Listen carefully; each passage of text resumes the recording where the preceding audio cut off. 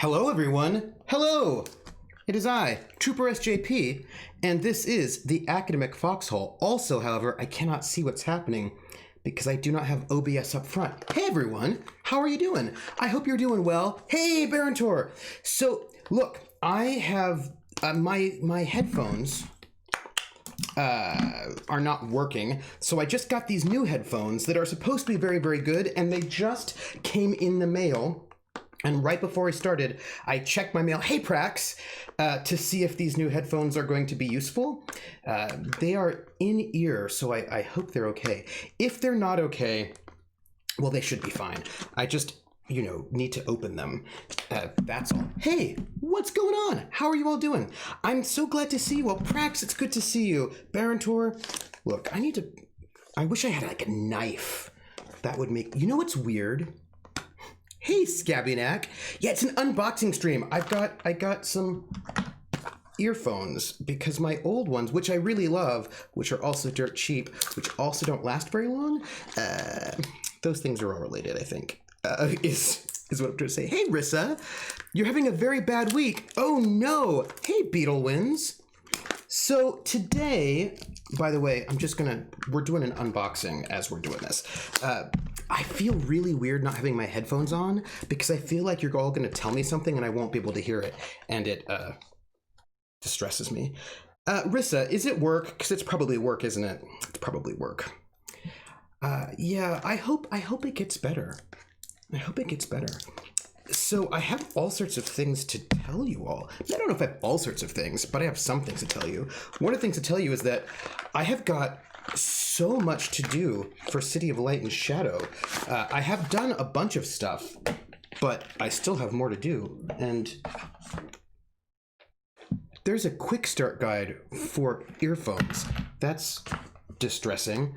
Why do I need a quick start guide for headphones? These are headphones. I feel like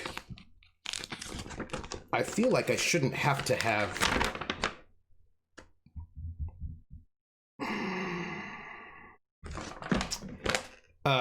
Well, this seems like a multi-step procedure just to put in headphones. That's exciting. Maybe this is just because everything's in multiple languages. That's probably what it is. Hey, Volpez, how are you? So I thought, as I'm looking at these headphones, which I hope are good. I hope they're cool. I thought I would tell you some things, and it is work. And I won't know if it will get better for a few weeks net. Ooh, or rather my position is being made redundant. Ooh, I'm not sure if I prefer that to the US eliminated, but hey, Anino, Atomica, ooh, yeah, well, but I mean, you do so much work for them, Rissa. I hope that everything, I mean, you have done so much work for that company over the time period that I hope they do right by you. That's oh. Okay, so I have these headphones. Yeah, I hope, let me know what's happening because, I want it, I am curious. I'm going to cross my fingers for you. Attach new cable by lining up the notches. I don't know. I don't think I need a new cable. Why are you not just headphones? Whatever. Selecting ear taps. So apparently I've got more than one people. So let me tell you what I've been... Ooh, that's not what I want. Here. Let me tell you what I've been doing. While I'm trying to figure out these new headphones. I thought that this would be an easy thing. It would just be like a set of headphones, and the answer to that is apparently not. Well, I don't think I actually need to do that. Okay. Pro headphone straps. Yeah, I know, right? There are 2 positions I need to apply for, and I should know by mid-December if I still have a job after March 1st. Oh my gosh. Yeah, you do have How do unboxing I feel like, okay, look, I don't know if this is true, but I feel like unboxing channels might cheat to win. Like they might already know what's in there. So there are ear tips. Okay, wearing it. Identify the right and left earpieces. Straighten the memory wire and put each earpiece in the corresponding ear and then adjust it. Okay, well, we'll see. Hey, Origami Shuriken, how are you? Yeah, I hope that, because I mean, Krellin says, good news, everyone. Thanks to the hard work of Dianne Feinstein, the Senate has officially passed a resolution congratulating the Dodgers and the Lakers for winning their respective championships. Hey, Schmelza. We are getting a lot of, you guys were so great, we don't need you in our emails. Ooh, yeah. Ooh. Okay, so, one of these is the left and one of these is the right, apparently. This is the left, this is the right. Unboxing.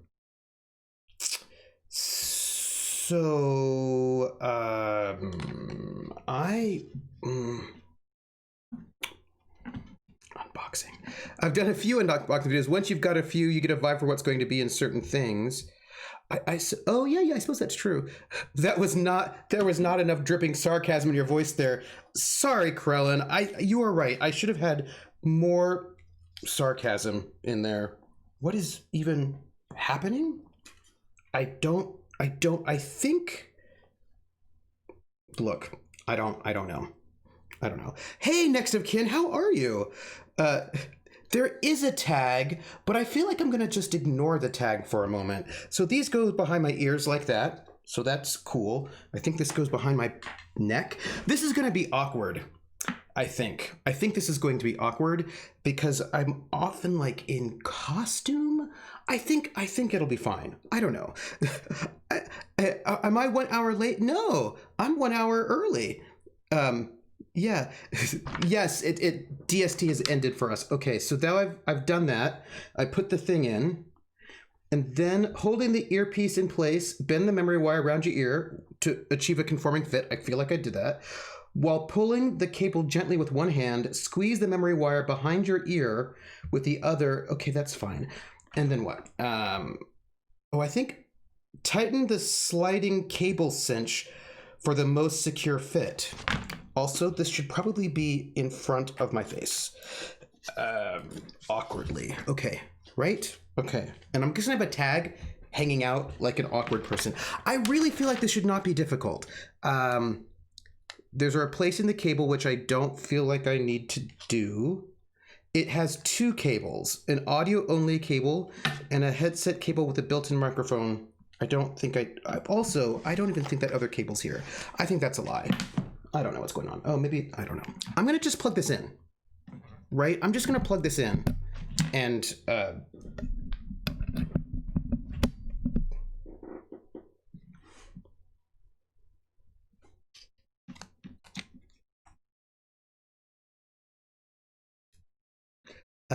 I have a question because I've got it in now, but I feel like there's a weirdness with are you hearing anything weird, or is that just me? No, it's just me. Okay, so this is what I'm hearing, right? This is the version with the mic.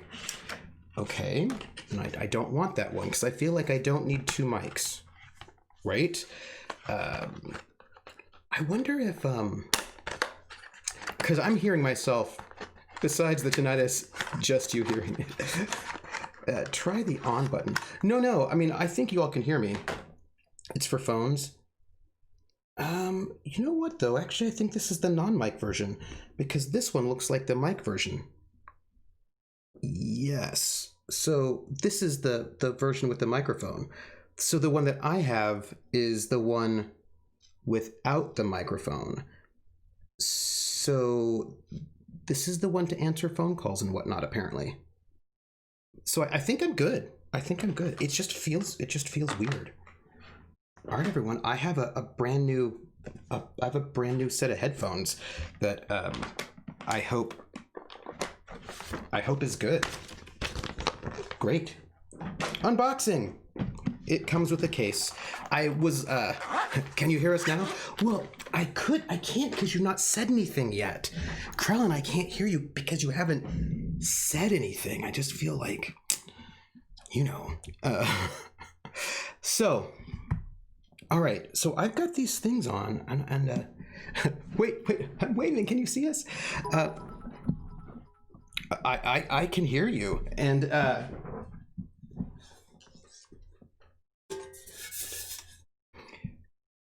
this is weird, everyone. I'm going to tell you, these are way better earphones than the old ones that I had, the ones that are broken. You know, the broken ones? These are better than those, and it sounds different. And it's a little weird. It's weird. It's not bad, but I feel like there's a difference in quality between my old earphones, which I got for like $15, and these, which were not $15. This is like how 98% of all Zoom meetings were at the first of the year. This is probably true. Krellin is saying things that would get me banned from Twitch. Maybe. Wait, better than the broken ones? What a surprise. I know. I'm going to sing right now. I'm going to sing We're in the Money, as sung by Ginger Rogers in the film Gold Diggers of 1933, which means I'm going to sing this in Pig Latin. And so... Earway and hey, the anime. Earway and hey, the anime. Way at gale, up, way at wakes to tit gale young way. Earway and hey, the anime.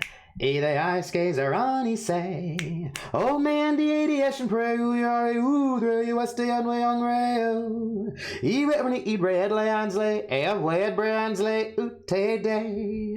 And when we see the end, Lord will look left the eye, get right in the eye. We're in the money. We're in the money. We've got a lot of what it takes to get along. People, there's something going on. There's something happening here. Hey, next of kin, does Trooper also sing in Zoom meetings? I'd want to be in those meetings. Well, actually, that depends. There have been Zoom meetings that I have sung in. Like when I'm teaching classes, I sometimes also sing. Not often, but like every once in a while I'm trying to talk about a song that was not one of the ones on our playlist, and then so I have to like sing bits of it, be like, oh, you know how that song goes, and I sing bits of it. So it does happen that I do sometimes sing in Zoom meetings. That is true. Right? These are shaped real nice, right? Like they're really nicely shaped. They barely stick out. Also, I think what's happening is that so I have to important step one, remove the cable. Why would I want to pull it out? Like, why would I want to take the cable off? Step two, reattach the cable. Attach new cable by lining up. Well, I like the cable that I have. I don't know why I would do that. What's wrong with them? I would like to confirm that Trooper does sing in games and meetings. I do. It's true. I do. This is a true fact. In better news, my grandmother celebrates her 100th birthday tomorrow. Oh, wow. 100 years. That is amazing. That means that she was born in 1920, which means that she was 20 years old in 1940, which means she was full-on World War II era. So she's the greatest generation, right? She's greatest generation era. That's amazing. I wonder what kind of stories your grandmother has. I want to know them.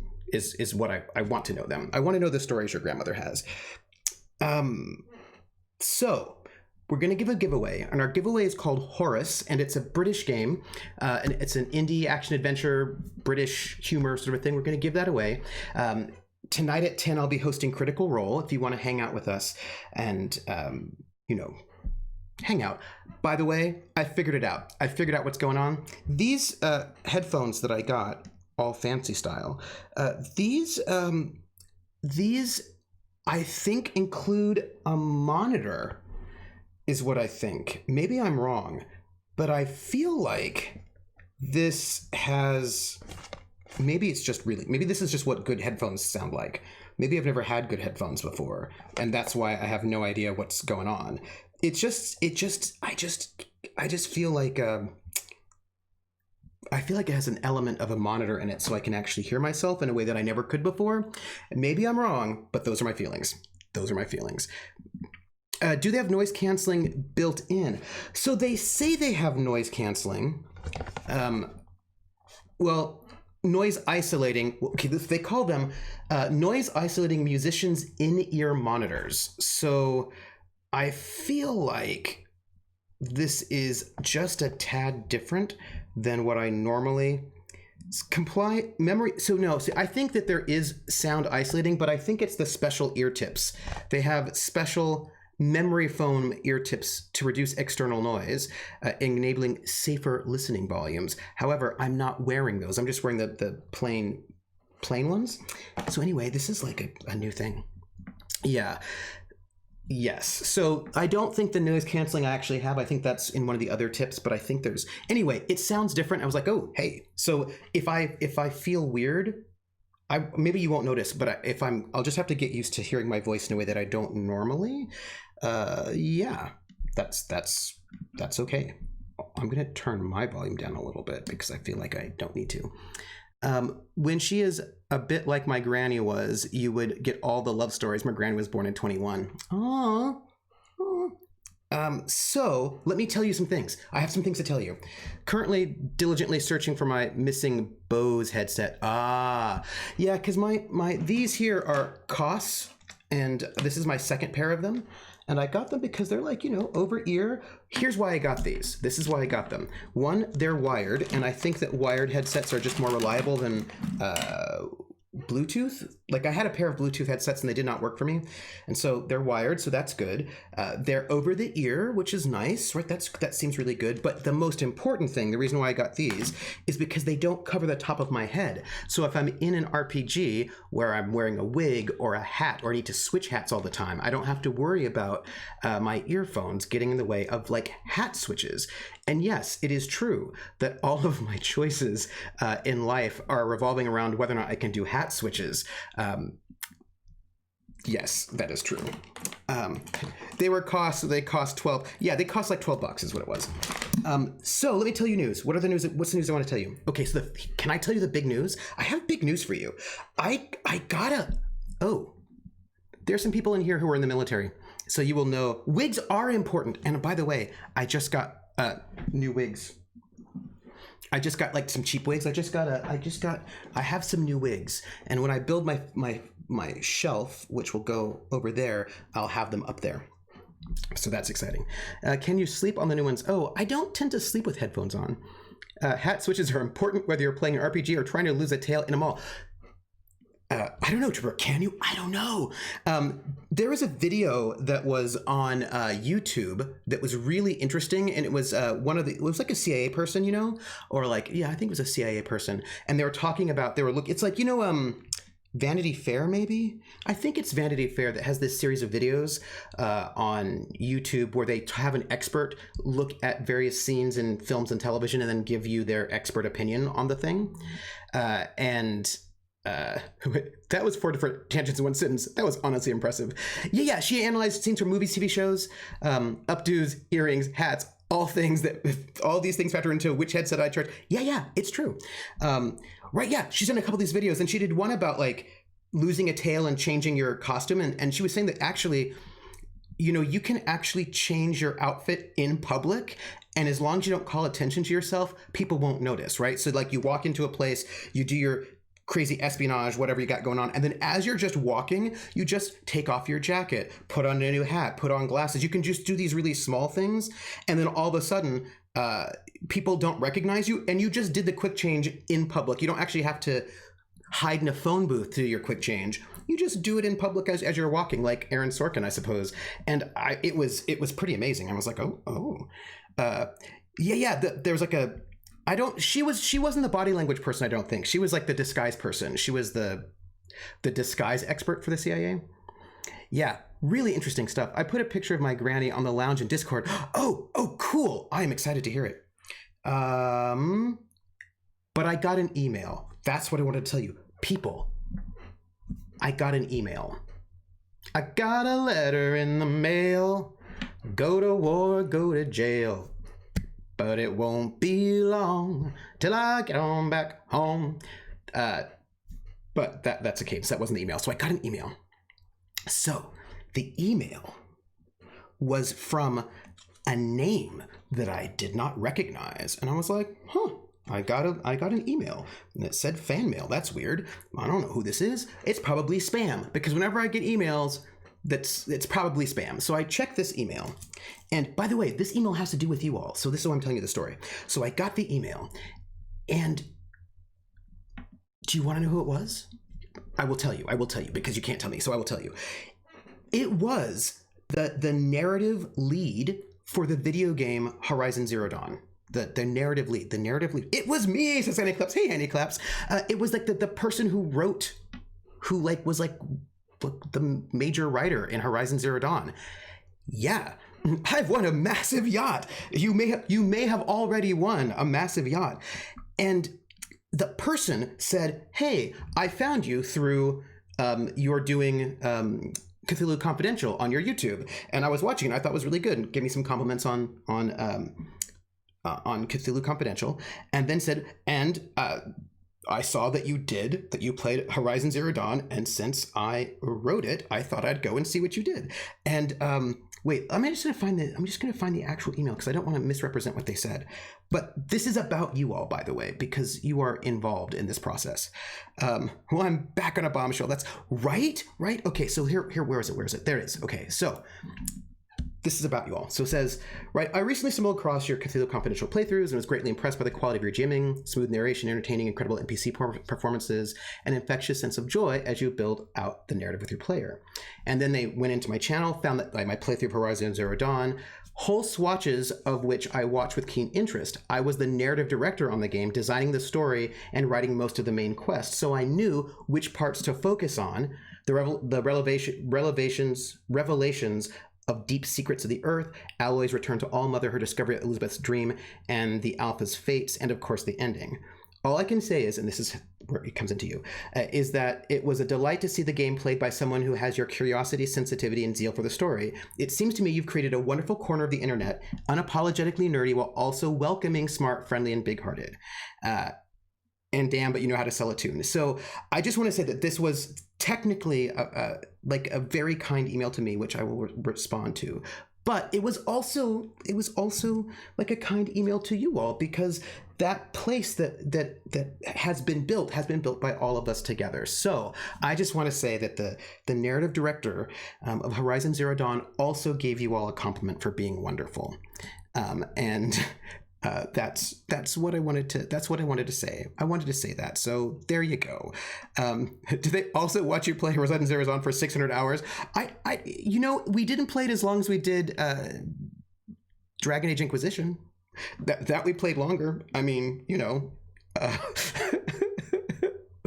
nobody would do that. Not even us that lived through it. By play, do you mean mercilessly launch Aloy from cliffs to her death? Probably. Yeah. So they look at that, right? Okay, no. I feel like Iceman is like, he kind of got you, kind-hearted, big nerdy nerd, right? But it's the community that we built together. So I just want to say that was this really kind email that came in, but I thought about you all because the space we have is a space because you are here with me, and you are also creating this space. So I just want to say that. And now can they send early access to the sequel? Maybe. I imagine the sequel is going to be for the new generation, right? Maybe it'll be on PS4. I don't know. Anyway, I was just talking to somebody about this the other day. Was there something else I wanted to tell you? Yes, and I'm going to have to tell you before I start the game, because the game is fully voiced. I was just talking to somebody about the death of the author, and we were one of my colleagues, and we were sort of like we were just sort of making little notes about how people use the death of the author incorrectly, that it doesn't mean that the author's dead and you can do whatever you want. It's a literary theory that doesn't mean that. Ice Bunny says, it was very cool, right, for them to reach out like that. Yeah. Beetlewind says, is that game fixed on PC yet? I have no idea, because I want to play it again. I don't know. Sold my PS4 because I was due to fly back to China tomorrow, but then they closed the border again. Oh no, Beetlewinds, I'm so sorry. I hope things will work out there on that one. Krellin says, if Trooper plays early access Horizon 1 Dawn, he'll probably be able to finish it by the time they release Horizon 2 Dawn. Maybe? That's probably true. So, Trooper, I had a major creative event this week you might find interesting. Oh, tell me. Hey, Monster650. Hello. Tell me, Atomica. So, what was I going to tell you? I was thinking about... Not that. It was something else. Death of the author. So we were kind of like talking about how people use misuse. They don't really understand the concept of death of the author. The death of the author does not mean that if your author is like spending all the money that they get from the sales of their work to fund death squads in another country and form a coup, that it's totally fine for you to buy their stuff. That's not what it means, right? That it's basically death of the author was coming about because the style of the literary analysis when Bart was writing that was about tying everything to the biography of the author. So that when you would read, like, so that people would do all this analysis of Shakespeare, but all the analysis would be, oh, so the queen must be the actual queen, and this person must be his mother, and this person, like, it's all about tying everything to, like, the author's biography. And that was, like, the only way that people were interpreting texts sort of in the 60s. Oh, my shirt is a Rempe shirt because we're playing a Rempe game. So this is my Rempe 10-year anniversary t-shirt that is related to the game that we're playing. So I'm very excited. So there's a YouTube channel called Unus Annus 1 year, and I won't go into huge details, but after recording a video every day for a year, they're deleting the entire channel on the 15th, the end of the year in question. Oh, that's so interesting. Hey, how are you, Neutromancer? Yes, I took a cue from this and I decided I needed to refresh as well. I deleted my 200 plus video library from YouTube with the intention of making new content starting next year. Wow, good for you, Atomica. Like, go be free. Death of the author. So, right, so when Bart was writing about the death of the author, he was not saying that the authors are not important.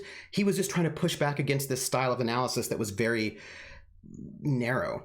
And what he said was that basically the audience is also an author as well as the author is an author, right? That you have to sort of look at, basically he's talking about reader response and the idea that maybe you don't even know everything about the author. So anyway, we were talking about, so this is my point, that the author of a book is also not just the author of the book. Like, the author of the book is more than just the author.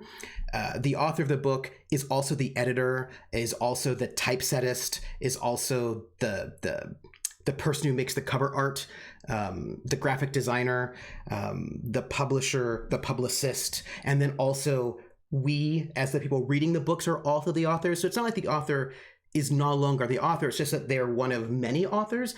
The point being that you all are also the authors of the Foxhole as much as I am the author of the Foxhole, because what we're doing is in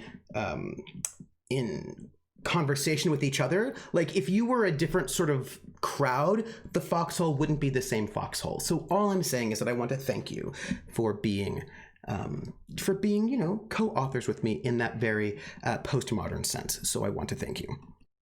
Beetleman says, I've been thinking about post-apocalyptic games like Fallout Horizon, and I kind of want one to end on the reveal that it was only a specific region that got apocalypted. Ooh, like if only the USA got nuked in Fallout and then everyone else was just like, yeah, you guys were annoying, so we let you think the world has died because it was funny. Oh, that's interesting. Yes, he was French. He was French. That's interesting. I wonder... Well, if you're going to do that, I think it would probably work best in Australia, right? Because Australia is its own self-contained continent. I think the US would be difficult because there's Canada, like, and Mexico, like there's like the entire North American continent and Central America. So I think that'd be trickier, but I feel like you could totally do it in Australia or Greenland, Finland. Like, I think you'd probably want to go island is what I think, because people will travel, right? Just got off work. Oh, nice. Oh, no worry, Ice Bunny. Good thing everyone else is here to edit me. But we all are together. I thought that death of the author means that whatever is intended is not relevant. Just go with what's written on the paper. No, that's actually kind of new criticism, I think. Roland Barthes was really wanting to talk about readers, like readers' interpretations as well. So basically that basically that the author's intention is not the only or most important thing, right? Like it is a thing, but it's not the only thing. You're the cook and we're the ingredients. I kind of feel like we're doing it together. Thank you for inspiring us to be here. Oh, thank you.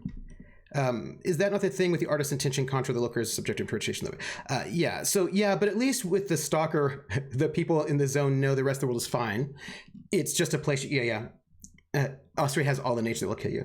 Well, in Fallout, Canada is known as the globe because of how heavily it got nuked, so that's not an issue. Mexico, no idea. I don't think Fallout has ever gone that far south. There was a news story this is Beetle ones, a couple days ago about 2 new mammal species found in Australia, and my immediate thought was, how poisonous are they? Right, and will they kill you? This is true. Yeah, no, so the Deathly Author is actually quite, really, in some ways it's about reader response, but it was really sort of pushing back against heavy, like, biographical readings yeah. And of course, there is a whole thing about author's intent, but yeah, and so there was like he is trying to go on, it's this thing where he's going more on the text itself and also the interaction with the reader, not the writer. So he is thinking less about authorial intent. So that's one thing he's sort of like pushing back against authorial intent, but also biography and more towards sort of like more textual analysis, but also reader response. So he's like important for like this idea of reader response is sort of like a big thing. They should call one of them drop bears. Yes. So, and I think also one of the things he's thinking about, right, is that the author doesn't have sovereignty over their words or images or sounds, right? That they're not like the final authority on what the text means. And so for him, he wants us to stop thinking like, what did the author mean? What did the author mean? What did the author intend? Maybe we should just see what the author actually said. And this is important because basically he's like, we should focus less on the process the author was going through and look at what the author actually did. So if the author intended to do XYZ, but that's not what they did, then right. So like that's yeah, but also hey, Eye Shield. Trooper should make a theory explain stream. He maybe get Brainbuster Adorno in 5 minutes. My teacher cannot get it in 6-hour classes. Well, you have to like read a lot. iShield's been rewatching some old sitcoms from my childhood. Oh, specifically Henry and the Hendersons. Oh yeah, some older sitcoms are very weird, very weird. So I think one of the things to think about, right, is that and like I am not completely barred. I'm a bit more. There are some other theorists that I fall into a bit more, but for him, he says that so. Part of this has to do with the idea of where meaning lies in a text, right? So like where is the meaning in a text? Where does it lie? And there was that whole school of thought that says that the meaning is what the author intended, and so that if there's a text, underneath the text is the author's meaning secretly hidden, and that what your job is to do as a reader or an analyst is to try to look through the text and find out what the author really meant, right? So that like the text is actually not the important part in that other way of thinking, and like the author-centric way of thinking. It's about just looking through the text to try to find what the author really meant. And so that the meaning is set by the author, and that your job is to discover the meaning that is already there in the background. The author might even be alive and telling what he meant, and you should judge the text on its own merits. Yes, 100%. So that the idea is not that the meaning already exists and you just have to find it, but that actually the meaning is generated as you read it, right? So that when you read it, then you generate the meaning and into it. But so that basically the process of finding meaning is an active one and not a passive one. So though in this other model, right, in this sort of author-centric model, the author has a meaning that the author then beams into your brain, right? And then you are the passive receptor of that meaning. That like when you read the book or watch the film or whatever, listen to the music, whatever it is, you are just the passive receiver of the idea of the author that just goes through the text. The text itself is not actually important. It's just the idea, and that engaging in art is the meaning the author puts just sort of like zoomed into your mind, and you are the passive receiver. And Bart is like, yeah, that's just not how it works. Actually, you sort of create the meaning as you read it. You're an active participant. I failed out of honors English in high school because my English teacher didn't believe in the death. Oh, she was hyper-focused on authorial intent. Oh, Krellin. Hey, TF, right? Welcome in. We were waiting for you so we could play the game. An example that comes to mind was Fahrenheit 451. Oh, so that's, yeah. Now, I will say that Bart is not saying that you can just read a text any way you want, but that reading also involves rewriting memory, like, because basically some people may not buy it. And I think, yeah, so Bart basically wants you to sort of go back to the text and focus on the reader rather than the writer as much. And it says that the text is more open to interpretation. It's more fluid, right? That it's not like there's just one meaning for what the text can be. There's like a lot of different meanings. Yes. I love Tolkien's rants about allegory and authorial intent. Sure, but then it's so weird though, because he sometimes contradicted himself. He's like, there's no allegory, and then like then he put some allegory in there, and you're like, well, what did you do? Yes. Almost everyone who reads it thinks it means censorship is bad, and the author says, nah, I just hated other media that came after physical books, right? Oh, hey, what are you doing? Hold on, let me look at my preferences. Display window. Okay. And now I need this to go full screen is what I need. Full screen. Yes. Okay. Return. So excited. I wish I was just a receiver when I was forced to read poppy music. And like for me, of course, like I kind of go with Nathier, who does semiotics, who thinks that the author puts stuff in there and then the reader puts stuff in there and like everybody else puts stuff in there, and then it's this whole process of figuring out all the things together. But the thing about authorial intent is, right, that sometimes authors are dead and we don't know what they meant, and people still enjoy the media. Do you know what I mean? Like if it really were that way, then probably things wouldn't work the way we think they do. Also, in addition, sometimes authors lie. Sometimes authors lie about what their intent is, and you just can't believe them because they are sometimes lying liars. Atomica says, I just found out that Tolkien almost disowned C.S. Lewis as a friend because he put Santa Claus in The Lion, the Witch, and the Wardrobe. Sometimes authors are dumb. Oh, The Room. Oh, you're talking about the movie. I was talking about the play by Harold Pinter, which is brilliant if you haven't seen it. Hey, Varum. Oh, welcome in, though. We're about to start because we were waiting for TF Wright to get here, and they're here, so now we get to start. Wait, people can write lines. Oh, yeah. For instance, Cron's got a good one. George Lucas doesn't know that his story was saying the Jedi were wrong, but that's what they said. No, and I think actually that's really important, right? That sometimes the author thinks they're doing a thing, but all things truly wicked start from innocence. No, that's not right. We need to go back. We've done this one. We need to load. We need to load back. No, that's fine. Yeah. I want to go. No, I want to. Here. Wait, here. This is what I want. I want to. No. I want to load. Load. Yes. Hello, would you like to help save the planet today? Good thing I'm here so you can just ask me what I mean. I will ask you, but I will not necessarily take your word as the final authority, right? I will be like, this is what you meant. And then I can think, because I was thinking about this. I was reading with yes, claiming that he totally meant to make a dark comedy after everyone started laughing at the movie. Yeah, that happens quite a lot.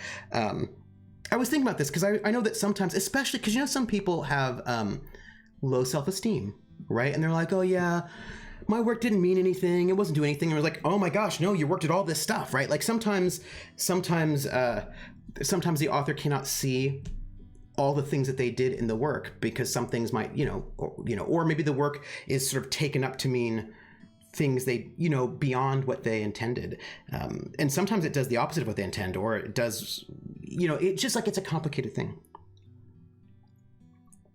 Why so wants to play the Joker at some point? I can use the choice progress map. History.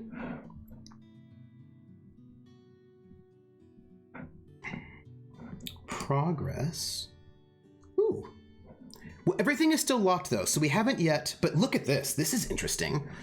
So we've got our, oh, hey, TF, I'm wearing my Renpy shirt in honor of you right now. I'm wearing my, although I know it's actually pronounced Renpy because it's Python, but I like to call it Renpy because it sounds cuter. And right, I just wanted you to know that. The dude is just staying in the middle of the road. If he plays the Joker, they must make him say hi to Mark. Tolkien swore up and down there was no allegory of the war in his work, but all that means is that there was no intentional allegory. Right, okay, so there's no intentional, or maybe there was, but he, I need to go back. Here we go. Yeah, that's fine. I've got my first voice. Oh, also, here's the thing that's interesting about this is that there are a couple of authors who, like there's a composer, Kaya Saryahu, who is, right, it's my Renpy shirt. Kaya Saryahu is a composer. She's this electronic composer. And whenever people interview her, she says, my work has nothing to do with being a woman. My work has nothing to do with being a woman. I'm not a woman composer. I'm just a composer. There's nothing about womanness. There's nothing about gender in my work at all. It's just about like being from Finland or whatever. But if you've ever seen her work, you're like, but that's about women in Sarajevo who are mothers in the middle of the conflict. And that one's about women and so the work that she says her work is not about being a woman, but the work itself is very explicitly about being a woman. And I think the reason why she says that is because she was hanging out with a bunch of really sexist composers. And the only way that she could be sort of like, I think that she feels the only way that she can be taken seriously is if she says that what she does has nothing to do with being a woman. But it clearly does. She says it doesn't, but it just does, right? So like sometimes people say things for various reasons and you just have to sort of like think about what all that means. Yeah. I did not rob the bank. I did not. Oh, hi, Batman. Okay, I hate why so, but that's actually funny. Yes. The scene you're about to see is me spoofing myself. I had Avery's job once. Did you really? Okay. No? All right then. Oh, I'm excited to hear this. Hello, would you like to help save the planet today? Oh, a person who's getting signatures and donations? Already did that. I don't know how that's possible, but thanks for your enthusiasm. Hello, would you like to... Oh, Canvasser, right? Oh, hey, Willow. Petitioner Canvasser? Actions speak louder than the sword. Hey, Willow. Which group's got you begging for money this time? The Environmental Lifeline Fund. Oh. And what do they do? Willow, come on now, you're a bit of a hippie. Sadly, you're the first person to ask me that. It's about helping the rainforest. Oh. By planting trees? Maybe. They're thinking a bit bigger. Oh. ELF is trying to fund lobbying efforts to get Congress to push for a ban on imports from companies whose clear-cutting policies destroy the sustainability of the Earth's ecosystems. That makes sense. Whoa, stop drilling. You already struck oil. Oh, that was the time that everything seemed to be about rainforest recycling. That's true, actually. Side note, yeah, Chemistry, I eventually ran a whole office. Did you really? That must be hard. I just want to say for the record, this is like a little art detail that I want to point out. Can I go backwards?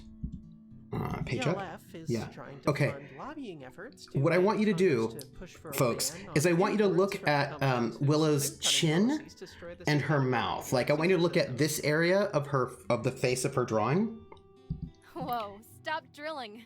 You already struck oil. Okay, so if you notice her mouth goes really wide, she's like a big open mouth there, but her chin itself doesn't actually really change its location, the bottom location. Whoa, stop drilling. He already struck oil. So the artist is really good here. One of the things I have found is that very often when artists are making multiple, because when you go and hire an artist to do these things for you for a visual novel, they'll very often make just like a base sprite with no, it depends actually on how you commission them. There are different ways to commission the art, but very often what they'll do is they'll just basically keep one thing the same and then maybe just change the expressions themselves, because it's way cheaper than like multiple sprites. Sometimes actually just might give you like faces, eyes, and eyebrows. Like for the game that I am making that's currently on pause, I have like eyebrows, eyes, and mouth as separate files, and then I can just composite them. But having a wide open mouth is often quite difficult because you often cannot do that while keeping the head the same size, like because the jaw is going to drop open, which means it's going to be lower, and often the artists themselves, unless they're doing like a full head, is not going to change the chin. So this artist here clearly actually did change the head itself a little bit. ELF is trying to fund lobbying efforts to get Congress to... Whoa, stop drilling. But He not already struck oil. not all of it. ELF is... Whoa, ELF... whoa, ELF... whoa, stop drilling. So anyway, already this artist struck oil. did a really great job of keeping the head basically the same while having the mouth open by making it look like Willow's tipping her head back. So the chin ends up being in the same space and the face doesn't look weird, because sometimes the faces can look really weird if you don't change anything else. And so the artist has just done a really, really good job here. And I just want to throw that out there. Yeah. I don't like this guys doing this secretly evil hand thing. This is going to sound so mean, but most day-to-day hippies I've known have been the last to loosen their purse strings for stuff that they champion. They might not have any money, though. He might be unveiling the Apple Newton's Beetle Wins. Yeah, instead of having the jaw go down, her head goes up. Yeah, and that was just really smart, because oftentimes what they'll do is they'll just basically do neither. Like, they won't actually have... Then they'll just try to make the mouth big, and it looks crowded and strange. So that this artist is really good. And I know I have this artist up on a tab That's somewhere. an odd metaphor for being sold on an environmentalist pitch, but I guess I'll take it. Want to help me canvas? I gotta get to the bank first. Mysterious. I'll go with you. I'll drop off the donations I've gotten so far today. Yeah, why don't you just let Avery come with you? Donations? What donations? You donated to yourself, didn't you? Avery might have gotten a few donations. Well, I didn't want to tell the group I went home empty-handed. Oh, okay. Don't worry, your secret's safe. And save a pledge form for me. See, Willow is nice. And after we hit the bank, I'll be sure to donate something too. See? See? Thanks. I just can't imagine what the world would be like without forests. They're such magical places. Oh, Avery. Avery. Well, I mean, not literally, but it feels like that sometimes, right? Avery's bringing up magic. Tell me about it. Okay, bank. This place doesn't seem so bad. Ooh. I like this one. I like this background. It's nice. Hey, Dread Pirate Denise. We are just getting into we just started, and TF is here, our creator, and we just picked up our friend Avery, who was canvassing for the environment, and now we're going into the bank to do spy work, I think. He's working for Elf. Yes. In theory, they're 17. They're probably overage because they're college students. So they're probably 18, anywhere between 18 and 22. But probably 18, 19. I don't know what year they are. They could be, I don't know what year they are. I don't know if they're first years or second years. They're probably not seniors. That doesn't feel right. But, 18 or 19. 19, 20, yeah, right? 19, 20. 18, 19, 20, around then? Yeah, but the ones I was close to were stingy with their time as well. Wouldn't volunteer or anything. Hell, one girl I knew only went to a rally because they gave me a cool mask and a megaphone. Although, I don't know what a bad bank would look like. I just... TF, did the same artist that did your sprites also do your backgrounds, or did you get a different background artist? I mean, Because it's not like I expected to see a bunch of evil demons behind the counters. I can look this up on the credits. She hasn't watched Despicable Me. Bad banks have people crying in them. That's true. So, here's the thing what I want to say, right? So, what some people will do for their background images is they'll go to SketchUp and they'll just sort of create a space, and then they'll basically just kind of use that to create the background image. And the background images, you know, they're fine, but often they won't have these little details like this frosted glass. Can you see my cursor? You can, right? This frosted glass right here is such a nice little detail. So whoever did the backgrounds really had a great eye for detail. So yes. Speak of the devil. What is she doing here? What are you doing here? What are you doing here? Well, hi there. Welcome to...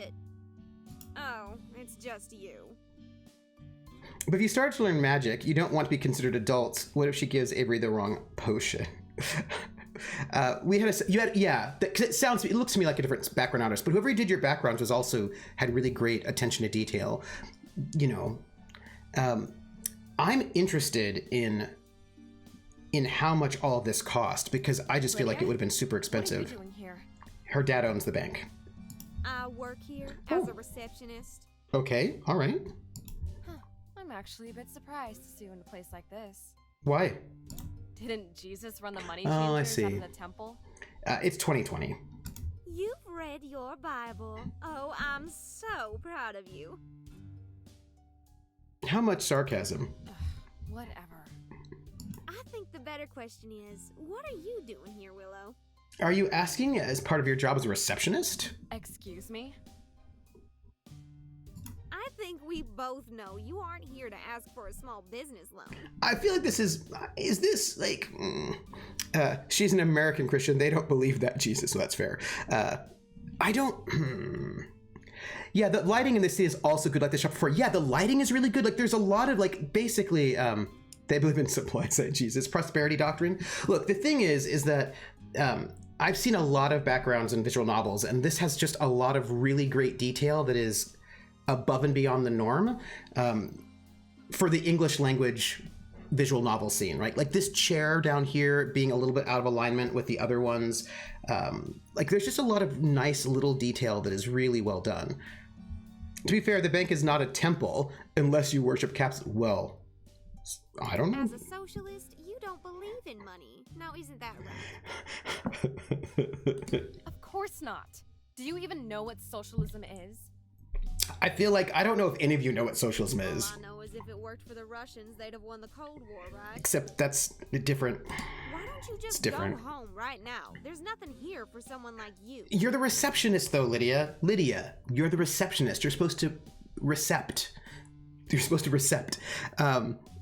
Oof, that story she just referenced about the moneylender is totally part of what made me leave the home.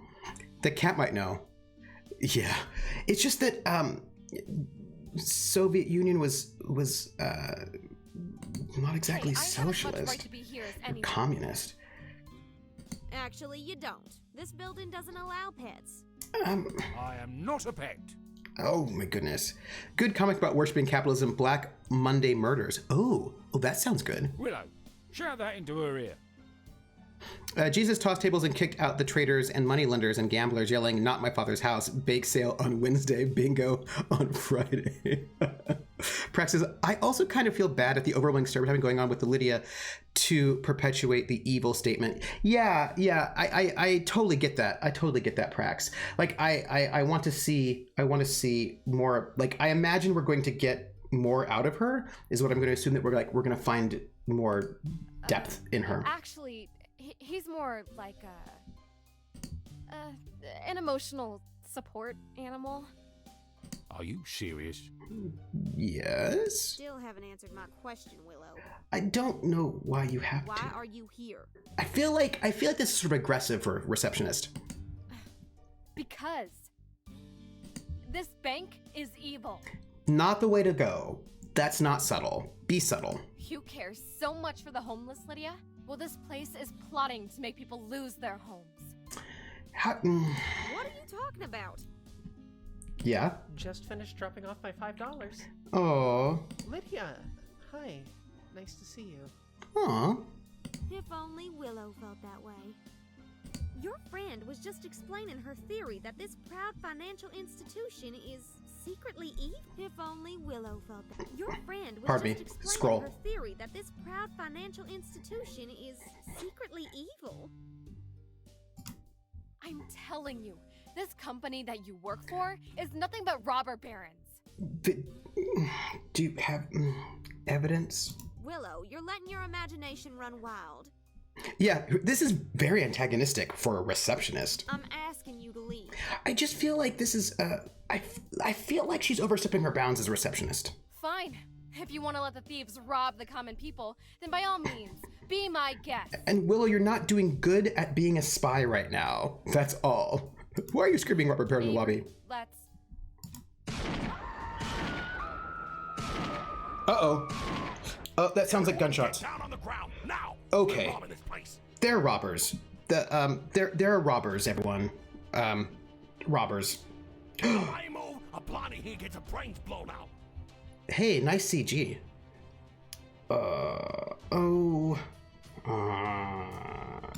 Some luck you've got, eh, Willow? Oh. Calling the bank a bunch of robbers? Then the real bank robbers show up? I thought she was supposed to like find the info. I think she was here on a scouting mission, right? Like to use her magic to get the info on the bank, because her Russian witch mentor was like, get the info. I think that's what she was like supposed to get the. So let's see. Okay. It is pretty ironic. Also, robber barons are not the same as robbers. They're different. Wait a minute. Oh my god. Yes? What if that wasn't just a coincidence? What do you mean? Did my powers accidentally bring these people here?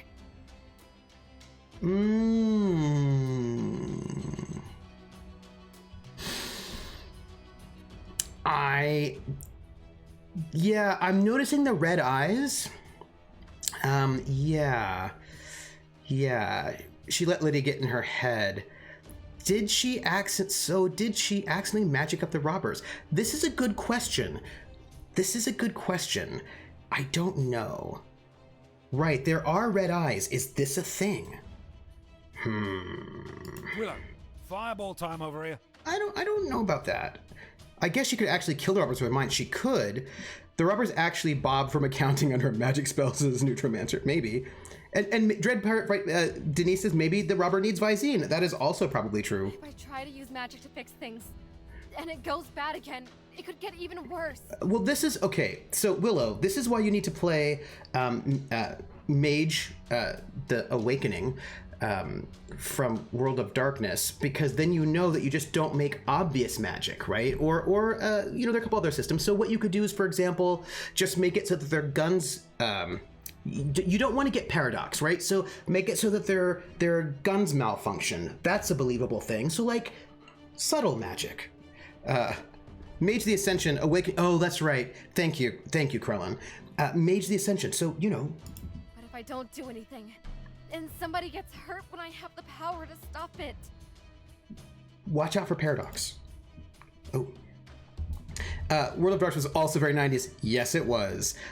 Try to disarm the... yeah, I'm going to try to disarm the robbers with magic, because I feel like you can do that in a subtle way. Don't turn vampires into chairs. They tend to change back and kill you. Fair. Okay, Willow.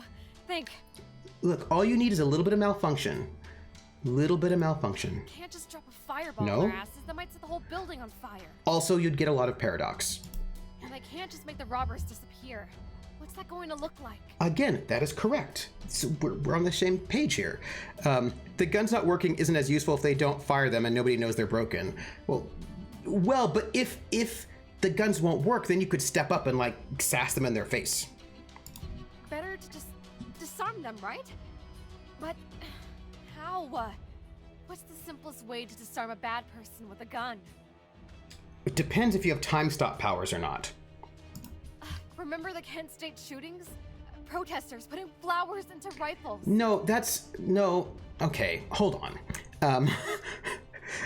Or hit one on the head with a 90-pound CRT. Sass them in the face is a military... I think it is. I think sassing people in the face is a military maneuver. They could still pistol whip you. Unless you can stop time, take all their guns out of their hands, put them in a drawer, and then restart time, in which case they just won't have guns.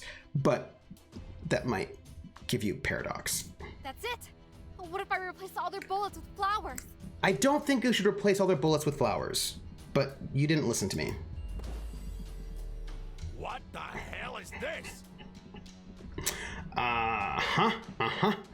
So, by the way, no idea about the magic rules here. I just arrived. I don't know either. I don't know what the magic rules. Look, the only rules we know so far about magic is whenever you do magic, there is some sort of equal and opposite reaction. So if you do like one thing, no, I'm sorry, that wasn't it. That for every act of magic, there is a cost. That was the rule that we were given so far. So that if you do a thing, there's going to be a cost, and it may not be paid for by you. It may be paid for by someone else in a sketchy way. So like she used magic to bring a tree down, but it killed an axe murderer. So we know there's going to be a cost for every action. I don't know if paradox is a thing. I don't know. All I know is that there's always some kind of cost for whatever you do. What is Willow's pose there? Hold on a second, everybody. Wait a minute. I see something. Lydia's a little happy about this. There's no Willow in this image. That's Lydia. Yeah. So if you look over at Avery, take a look at Avery. Oh, like I'm pointing, you can't see it. Look at Avery. His ears are a little pointed, and I'm seeing boils. And he's sneezing. So he may be allergic to flowers, or this might be one of the costs that we're getting at. Right? Are you real robbers, or is this some sort of flower delivery prank? We're Also, I want to note that the robber doesn't have a name, and I wonder if that means we're going to find out his name later, and he's somebody important. God damn it! Let's get out of here! Hey, Willow, what kind of flowers are those? Something you're allergic to, I assume? Plumeria, I think. The same kind you get when you get laid in Hawaii. Wah wah. What I'd give to get... Phrasing. Demon or an elf? Why are you asking, Avery? You're not allergic, are you? He is, and that's the cost. I'll be okay. Don't Yeah. Jess, please get... Inhaler. Yep, he's super allergic. Okay, that's your cost, everybody. We have to save Avery. Avery! We have to save Avery. Someone call 911! Does he no, look, pat him down. Do a pat down to see if he's got his atropine, his inhaler. You gotta, come on. Oh no. Willow, Okay. it's good to see you. Okay, he's all right. He's not dead. That's okay. All right. But you didn't need to come all the way across town.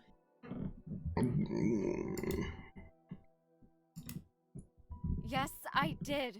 You're my best friend. Yeah. And Avery, I'm so sorry that... I know what you're thinking. You're so sorry about what? The allergic reaction that almost killed you that was caused by my magic. It's my fault we went to the bank. Good cover. You couldn't have known what was going to happen. Right. I guess that's true. But that's not what she's feeling guilty for. Come on. I'm just sorry, okay? Yeah, Avery is sweet. I do like him. Apologizing for nothing. Sounds like you're pulling into Avery. Aw, Avery. Yeah, I guess so. You're going to be okay, right? Yes. Yeah. Avery's gonna forgive no matter what because he's a dork in love with her. I wonder. Well, probably, yeah. Probably. They said I had some kind of bad reaction to the brand of epinephrine they used. Ugh. It had a bad reaction with my liver. People. I mean, my liver had a bad... You get it. Beetlewind says, I know they're extremely similar, but I've always preferred paradox to magic has a price. Magic has a price. Tales always seem to hinge on ultimately magic not being worth it. Paradox is cool because it's about tricking the universe and hopefully getting away with it. Oh. Huh.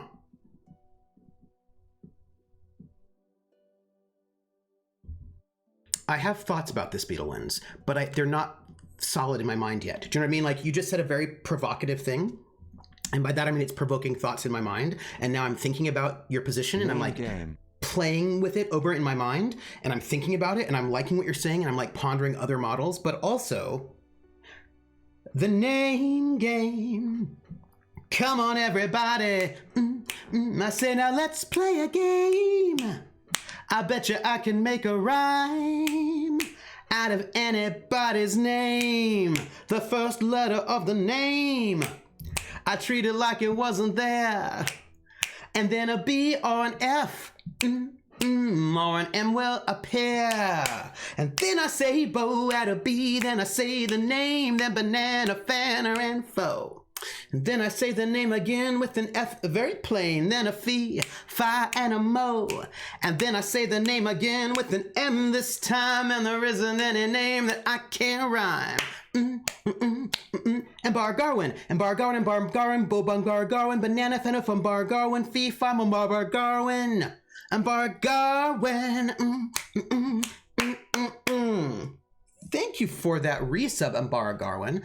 I need to see the message that you wrote, because I am going to assume the message was Trooper. That's a nice message. That's a nice message. I like that. Beetle Ones, you will like this game. Trust me. Well, it's interesting because right now only the Russian lady told us that magic has a cost. And again, remember, I don't know if I trust her. Maybe I trust her, but maybe I don't. I don't know yet. You know what I mean? Sometimes you can pay the cost with something you can afford to lose in advance. Oh, that's true. Atomica, what is the injustice that you have noticed? You should tell me. Tell me what the injustice is. Name game. I see what that injustice is. The name game. Come on, everybody. I say, now let's play a game. I bet you I can make a rhyme out of anybody's name. The first letter of the name. I treat it like it wasn't there. And then a B or an F. Or an M will appear. And then I say bow at a B, then I say the name, then banana, fanner, and foe. And then I say the name again with an F, very plain, then a fee, fi, and a mo. And then I say the name again with an M this time, and there isn't any name that I can't rhyme. TF right, bo BF right, banana, fanner, fo, FF right, fee, fi, mo, MF right. TF right. Woo! Atomica, thank you for that gift sub to TF Right, our amazing game creator, who I'm going to say your Red Scare history is showing. Which one? What did I do? What did I do? What did I do? What did I do? What did I do? I did it. What did I do? What did I do? What did I do? Ambara Garwin, you'll have to tell me what I did. You'll have to tell me. Also, I had a thought, but I think I lost it. What? Your liver? Hey, it's probably nothing serious. Also... Don't worry about me, Willow. Just go home and get some rest.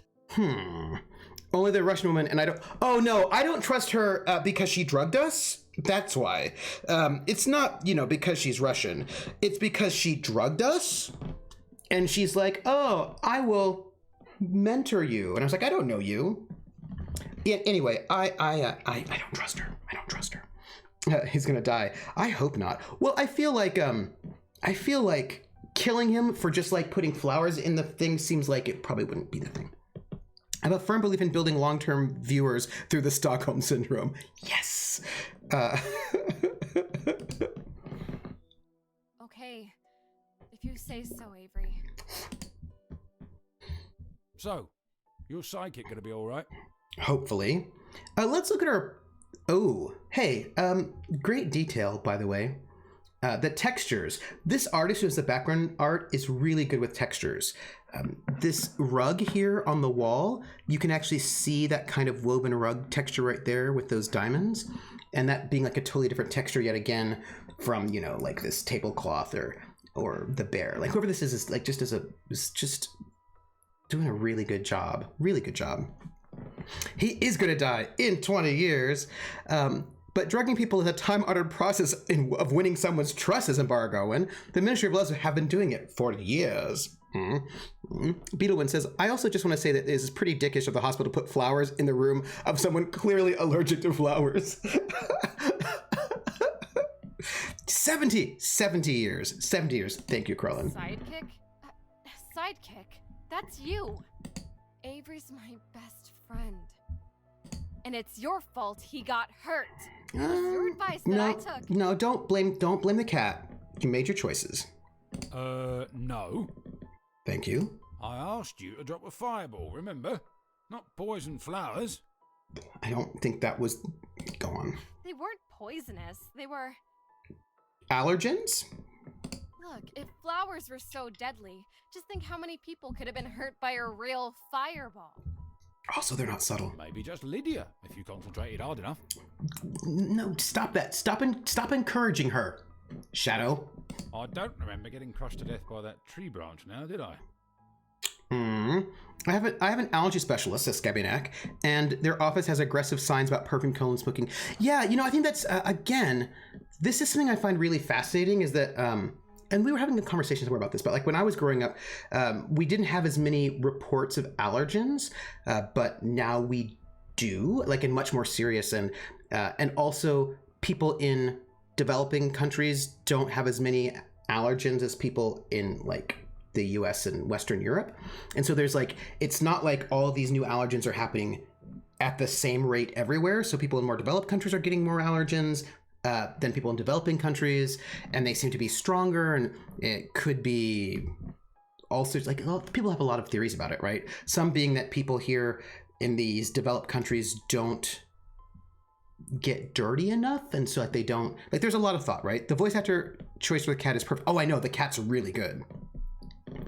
No, I guess not. The current prevailing theory is that having less parasites means more allergies. Yeah, that's one I've heard, right? I lived at a farmhouse at the time. Huh. Oh, that's interesting. Yeah, and then some people think it might be the food we're eating. Like, people have a lot of theories. I don't know what it is. Part of that was that people recently started taking minor thing and being picky as serious things. Tell me more. I just don't know what I'm supposed to be doing. Also, I wanted to help people. Yeah, I need to move this over some because it's there. That'll be easier to read. I didn't have allergies till I came back to Kentucky after living on the West Coast, but here in Kentucky our pollen count is super, super high.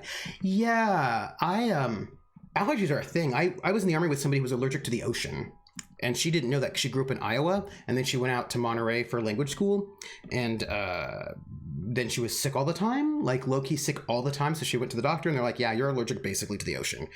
And that's a bummer. Like, who wants to be allergic to the ocean? Because I love the ocean. What's the point of having powers if they're going to be so destructive? What's the point of being special if...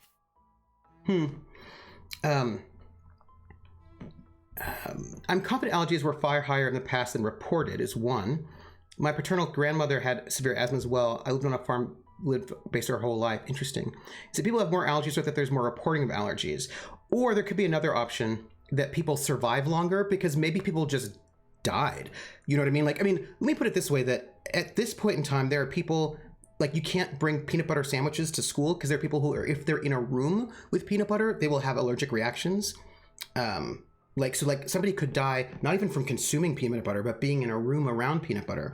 And that is not a discourse we had when I was growing up. And I don't know if people who had peanut allergies just died really young, and so therefore they didn't grow up to like be people who had peanut allergies, or if the peanut allergies were not as bad in the past. Like, I really don't know.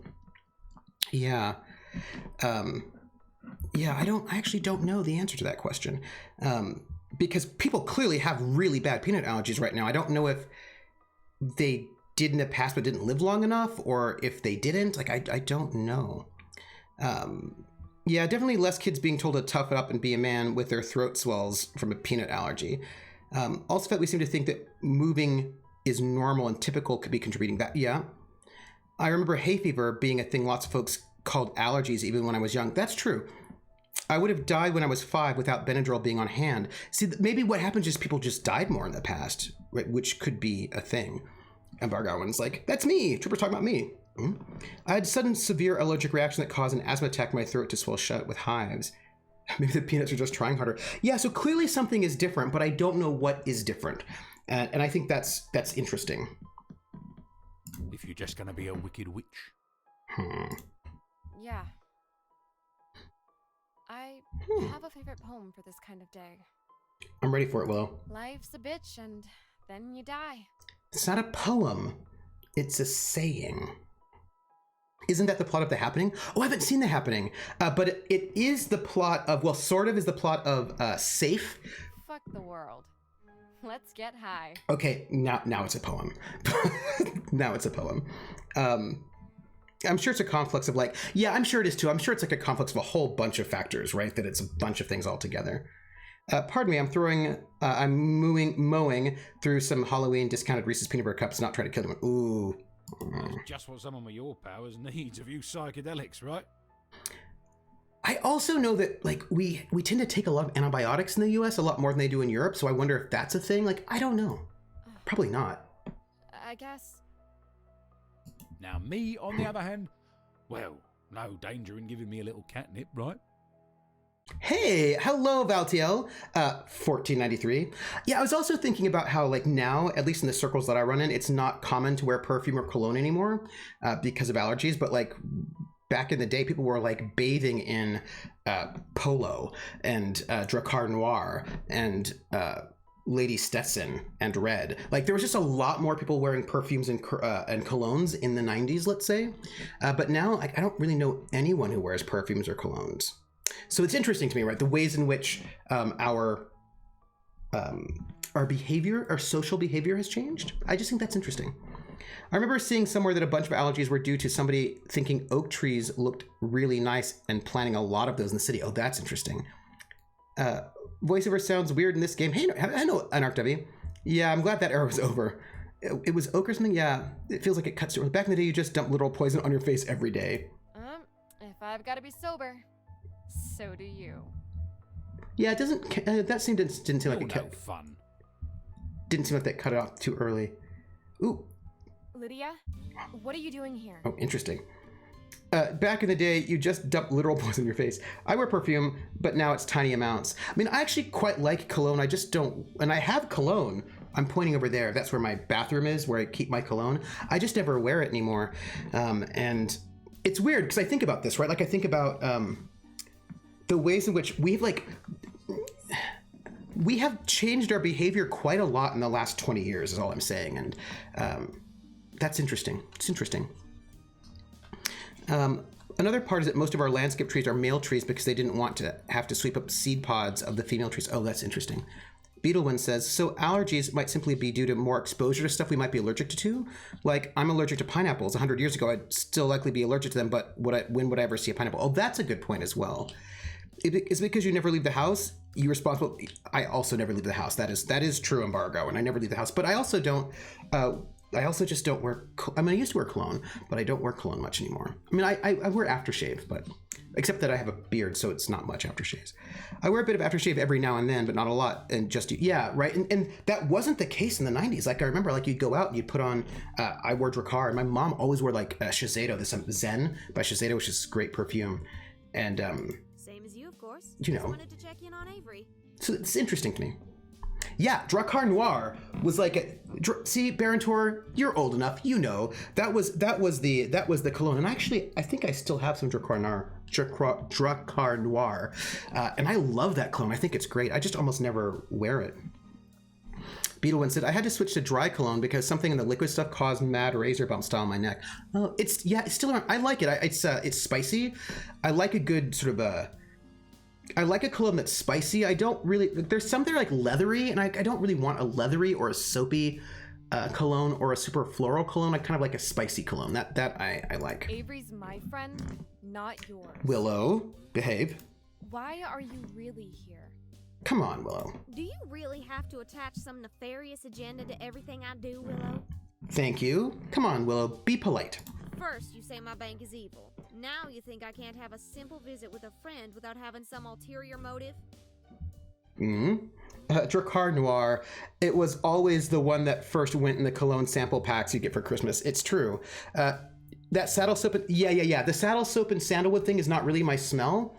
I have one of my old advisor does patchouli, and I kind of like, I like Old Spice. That's Old Spice is my aftershave, and I like Dracar Noir. Some of them are like, I was given CK1 as a present, which is fine, but yeah, I kind of like it a slightly different, yeah. Lydia is secretly an Afandis. This is actually all her fault. I like Old Spice too. I really don't know why exactly the voiceover sounds weird. Huh. No, I just... Huh. I'm just tell you something. I'm just a little jumpy lately. You know, from everything that's happened. I wonder if perfume cologne use has gone down in part because there's so many products with so many scents available these days. Deodorant, body wash, shampoo. Huh. Well, you know, there was that time in the aughts when Axe body spray was a thing, when body sprays were a thing. The 90s, it wasn't really body sprays. I think the aughts were more of the body spray time, but there was like a whole body spray moment. But I don't know if people are doing anything right now. Goodfellow number 6 is a good dry cologne. Cedarwood and geranium smith. Oh. Origami shuriken. No. Yes? No. Wait. Axe body spray. The scent of middle school gym locker rooms. The 2000s were also the sport smells. Yeah. It was either Origami shuriken or it was Love Laugh Lindy. Was it Love Laugh Lindy? Was it Love Laugh Lindy? Laugh Love Lindy. Laugh Love Lindy. Laugh Love Lindy. I think it was Laugh Love Lindy. Maybe. Who told me about, and where is it? It's probably in one of my thousands of tabs, about a place that makes custom perfumes, perfumes/colognes. They're like, Dungeons and Dragons perfumes colognes, and so they'll make colognes for your PC.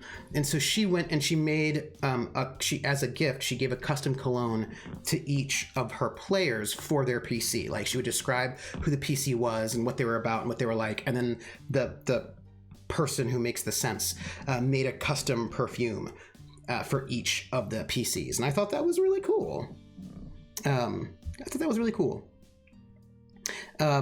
I legit use cologne and even did in high school. My friends were always confused that mine didn't smell like stale ass. Axe was called Lynx. Oh, that's interesting. Dungeons and Dragons. It was. If I can find the link, I'll post it. I think it's an Etsy person. I think it's a person on Etsy. But you can get a custom made scent that is what exactly do you want? I thought that was cool. I do like colognes though. I just don't ever leave my house. You can't really judge me for being a little suspicious, okay? Of course not. It was a miracle you even got out of bed today. Bless your heart. These two. I still use Axe deodorant, but it's because it's one of the few that doesn't irritate my skin. Oh, that's interesting. I use Old Spice, but not the antiperspirant, because I know that antiperspirants have stuff in them that maybe is not so good for you. So I just use regular deodorant, because I know that antiperspirants have aluminium in them, maybe, right? They have aluminium. They basically are clogging up all your pores in ways that's probably not healthy. Is that supposed to be some just let it go. Gotta run now. Church is in a few minutes, hun.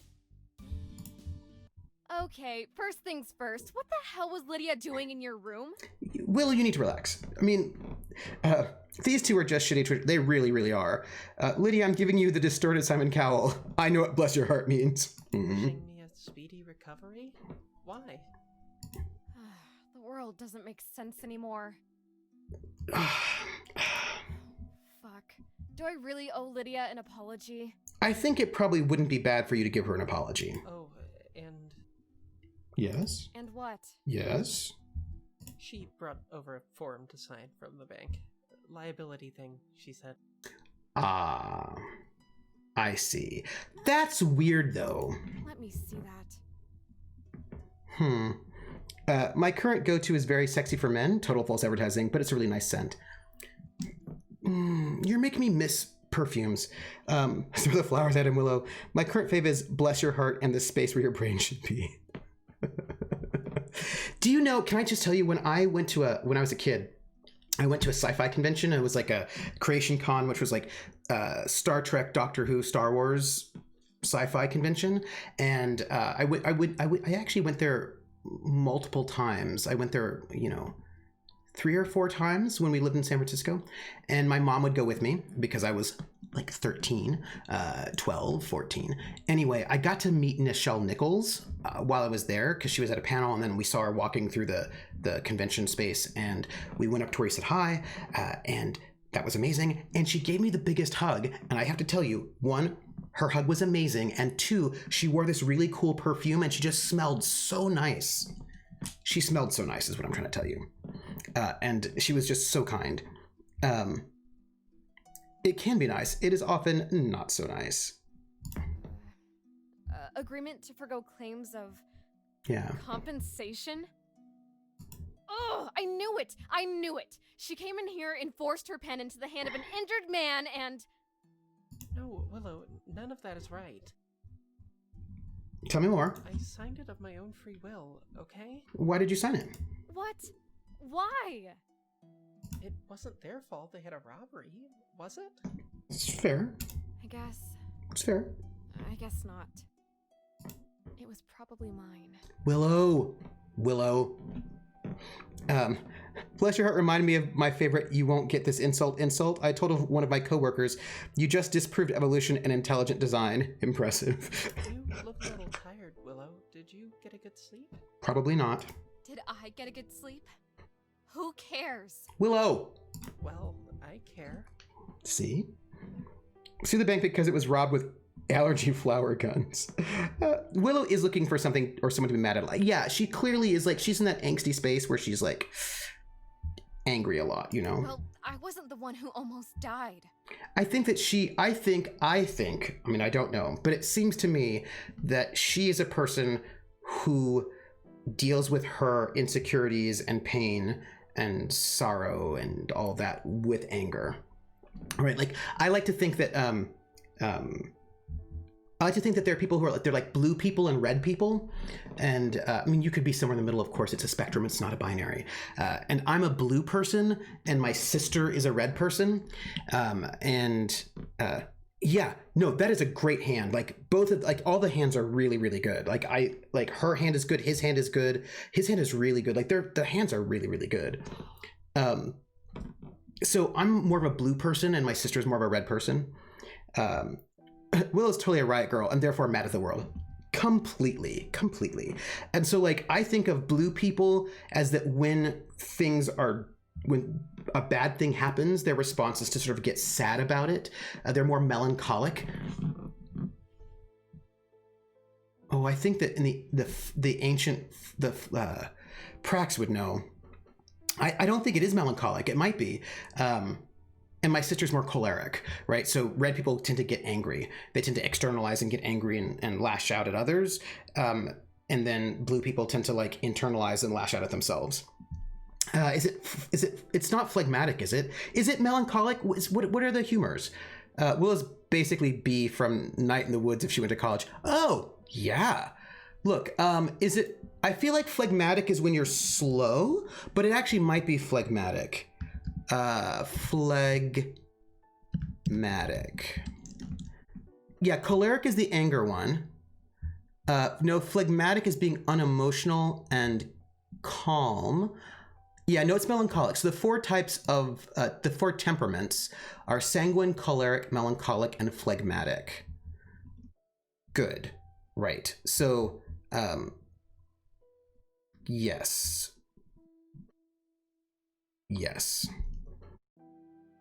Yeah, choleric's the anger one. So sanguine is talkative, enthusiastic, social, extroverted, being part of a crowd, blah, blah, blah, charismatic. Individuals with person have a hard time doing nothing and engage in more risk-seeking behavior. Choleric individuals tend to be more extroverted, described as independent, decisive, goal-oriented, ambitious.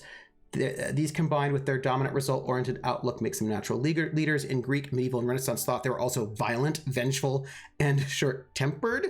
Melancholic individuals to be analytical and detail-oriented. They are deep thinkers and feelers. They're introverted and try to avoid being singled out.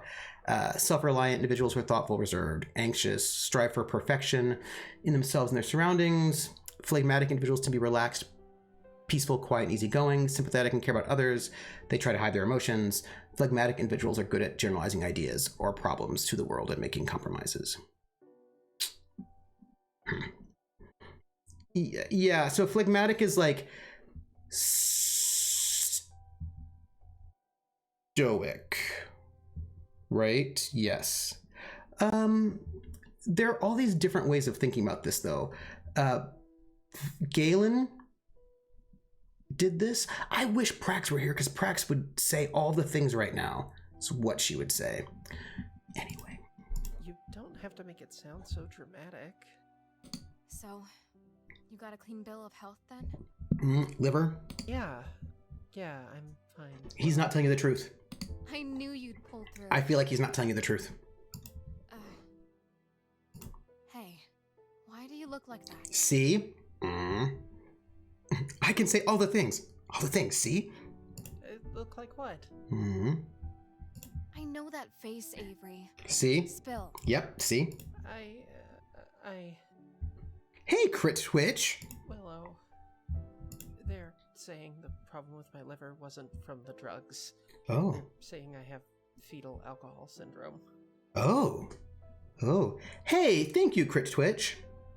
Oh. My mom not only abandoned me, she drank while pregnant, apparently. Huh. Fuck. What a bitch! Clearly you're hiding something. Me thinking so has nothing to do with me hiding something. Projection is probably also a thing. I have a question about fetal alcohol syndrome. It's not really, it's like amusing. And that is like, people drank while being pregnant all the time for many centuries. And not drinking while pregnant is a relatively new situation. And so I wonder how that impacted people. Like, I wonder, like, do you have to drink a whole lot of alcohol? Like, because I think that, like, isn't there like a... Frau Verbissena lies. I used to work with one of the world's leading experts on fetal alcohol syndrome. Ooh, Krellin, what did you learn? Say that. I don't know what her circumstances were. Maybe binge drinking being less common would make it. No, people just used to die. Well, yeah, that's what I was curious about. Like, what was the difference? Did people just die more? Was that what it was? I mean, but also because I heard they said that like a glass of wine a day when you're pregnant is not bad. I'm not pregnant, so I don't know. But I wonder. She nearly killed you, and you want to defend her? It's why you have 12 kids and 2 survivors. But also, there are probably a lot of reasons for that too. Even if she gave me up, she's the only mom I ever had. Willow, I can't just... Okay, fine. But you're healthy, right? Aw, Avery's crying. Aw. Yeah, of course. I am pretty sure my mom drank when she was pregnant with me because it was the 70s. Yeah, I'm pretty sure casual drinking doesn't cause fetal. Yeah, I'm just wondering, like, what's the line? Do you know what I mean? Like, where's the line between casual drink? Like, when is it no longer medically for fetal alcohol syndrome? I just wonder where that line is. Great. Let's go. Willow's 2 steps from alienating her one friend. The trick is to never get pregnant and never drink. It's the easiest solution to all problems. Yeah, I bet it is a pretty fuzzy line, and I bet it's also probably related to your own physiology. Grab my... nothing. I'll pick it up later. No, pick it up now. What is it? Your what? Yeah, your what? Avery. My prescription. Pills? I thought you said you were fine. I am. I mean... It's for the liver, you know.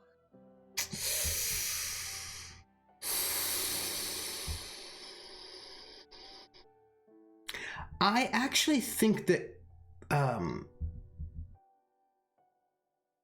I know that there's this stuff you have to take. It's called what's it called? It's called like, it's got a weird name.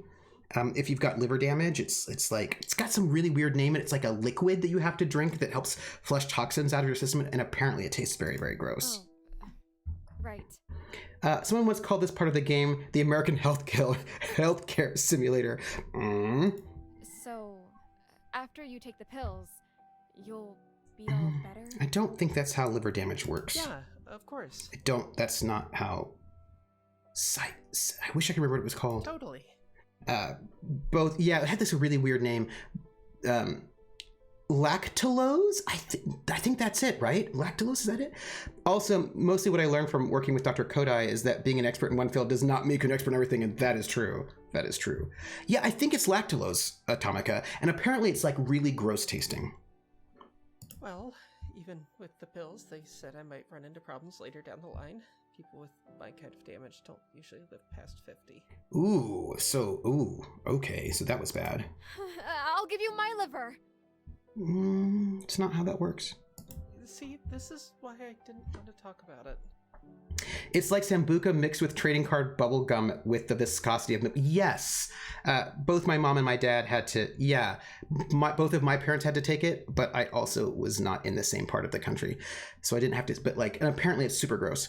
The best part about Dr. Kodai is that he was one of the doctors that knew this. He was always glad to defer to my expertise on computing. Oh, good. That's why you hire experts. Extremely generous of you, but... No, it's not. Cut me open right here. I'm sure I've got liver to spare. I don't think that's how that works. Being a vegan, it's gotta be like extra good, right? Aw, Willow. It feels like they try to get through the scenes fast and at the same time not. They're not the same blood type, Willow. I wonder how he knows that. Fuck. Look, we'll put you on the donor list then, okay? And... Look at you, Willow, so determined to fix the future. That surprises you? Seems like just yesterday you were saying you didn't want to be ruled by fear of what might come tomorrow. Yeah, it's only supposed to draw ammonia out of this system and flush it out. Yeah, that's the thing, right? That it's got because if you get to the buildup of ammonia, you can start like having like hallucinations and like it's not good. It's not good when all the ammonia builds up in your system. It's not good. Is it bad that I forgot you finished the other game? No. My computer science degree makes me an expert in jet fuel, not melting steel beams. Here, look at this experiment of me setting fire to a wire. I think you donate half a liver and then both go to full size. Really? That was different. Why? How? Because you're involved. It just was, okay? What am I? On trial here? Willow? If you didn't take it, the ammonia would build up and you would get... Yeah. Oh no, she's going to try and magic a cure for Avery. No, that would be bad. She shouldn't do that. And then you're on anti-rejection drugs. Yeah. Livers are regenerative. Still need a strong match. Yeah. This just in. Livers are starfish. I didn't mean to upset you, Willow. No, you didn't. She does not handle stress well. That's what it is. I've just got a lot going on right now, okay? Wanna talk about it? Yeah, neither of my parents could get a liver transplant. And then both of my parents died of liver failure. Some other time. You've got enough on your plate. Now let's go get your pills. So, everything worked out? No. Avery's liver is shot, apparently. Those flowers killed his liver? No. Also, being the only person besides his wife who's able to pronounce his name, Piadasa Kurituwaku. Piadasa Kurituwaku. Probably help with our rapport. No, Getting people's name right is this was my step important. before that. It's true. So that means not your fault, right? I guess not. No. They just discovered the damage after he came in. Which means it was a good thing he was brought in. Then presto, no more feeling guilty, right? I don't think that's going to have heavy how that works. You did him a favour, letting him know what's going on in there. I don't know if it's fair to look at it like that. You got it, Trooper. The trick is knowing that Hindu has its own alphabet, so you do, in fact, just pronounce it the way it's written. Oh! Sure it is. Everything's fine. We can go right back to kicking ass and taking names. Please don't point out to the cat that Avery won't live past 50, because that's like 3 times the average cat lifespan. That does sound pretty good. I wonder if the cat All right. is an actual human. History. Let's roll. But I didn't know about it. Uh-oh. I just thought it was allergies. Uh-oh. Avery, what's wrong? Uh-oh. Health insurance. They're saying since my fetal alcohol syndrome was since birth, it's a pre-existing condition. Yep. They're not going to cover my prescription.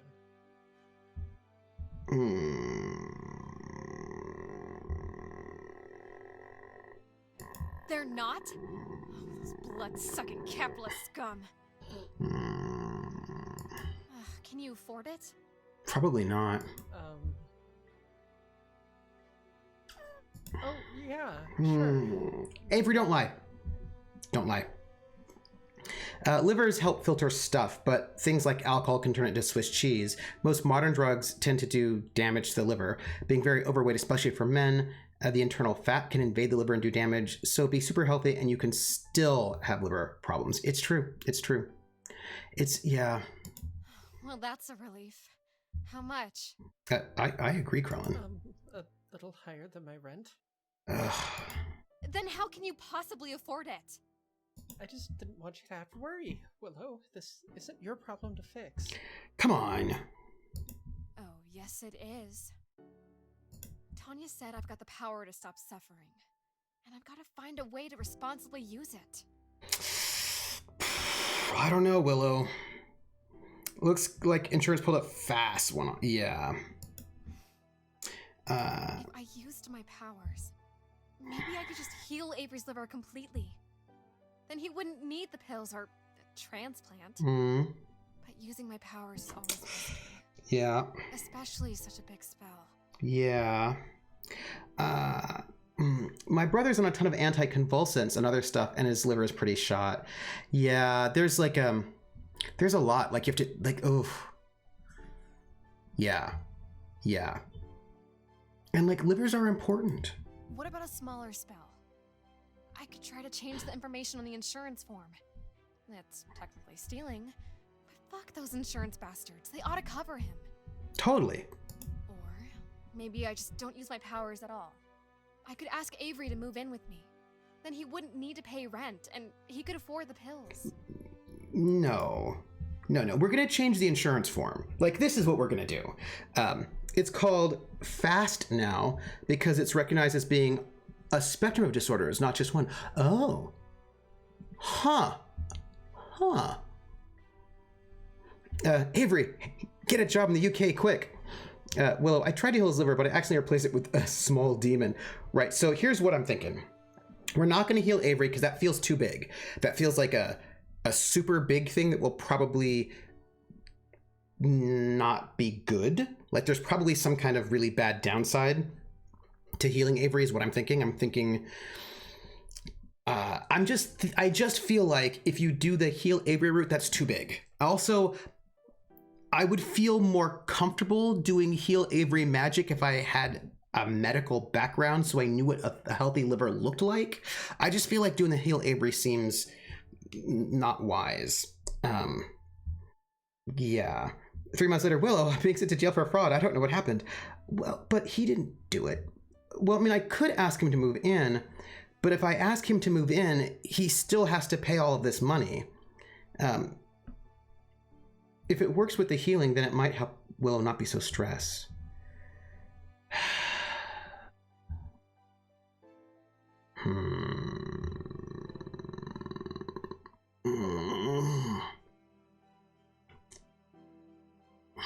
Also, having him move in is not a good long-term solution, right? Because he can move in, first he might say no, but then if he does move in, he still has to pay more than his rent every month just in his is medication. I don't know this game at all, but all three are probably okay-ish options. That's probably true. It's 8 p.m. For story reasons. So Nutrimancer, each choice changes the game quite a lot. So they've made like a map. There's like a map so that each one will give you, like, each choice will lead you to a different path.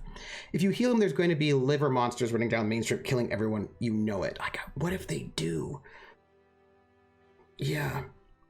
Then pick option D, make America's health system less fucked up. I feel like that would be the one to go with. I'd pick that one. Being partially here, listening and occasionally reading, I'm so lost. I blame calls and work and need for calling and food. Food is good. Avery moving might be best since it seems to have the least hard consequences. Yeah, I suppose. It's just that then he's going to have to pay outrageous amounts of money for the rest of his life. I'm a little worried about that. More like multiplying living livers, giving everyone free transplants. Am I right? Maybe. Yes.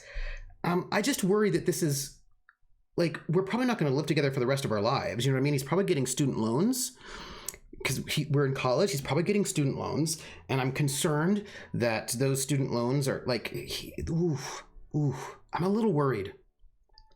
Is there any way to go back to the tree of options? There is, but when I do a run through, I never go back on my choices. Like I can make the choice that I would make in character, and then I live with those choices, and I don't rewind. So yeah, I'm not sure living as a roommate with Willow is not a pathway to death anyway. Yeah, he might take that. Because it's a RimPie game next to me, it is. You can always scroll back. Unless they've blocked scroll back for choices. But there is a choice tree, so we can always go to the choice tree. And by the way, we're going to just save right now. Going to just save there. Right, because if you see, there's this progress tree, right? So we were in the bank, and then we went to the hospital, and right now we have a choice. It looks like it'll take us here, here, or here, it looks like. Or maybe... Yes, so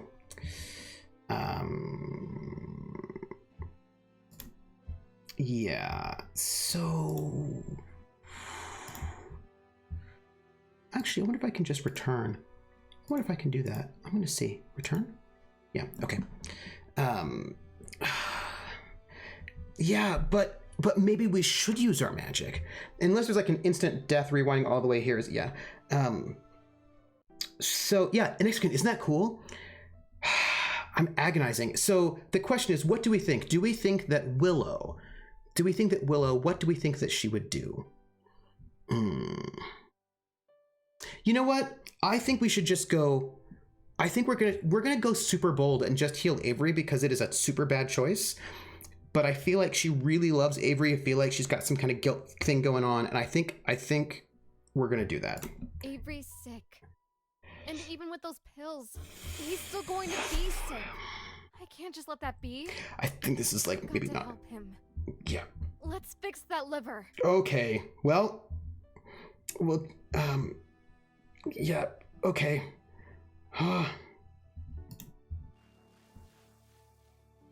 What just happened? Was there a power outage? I don't know what we just did. Chaos brewing. Liver fixing minigame. I guess so.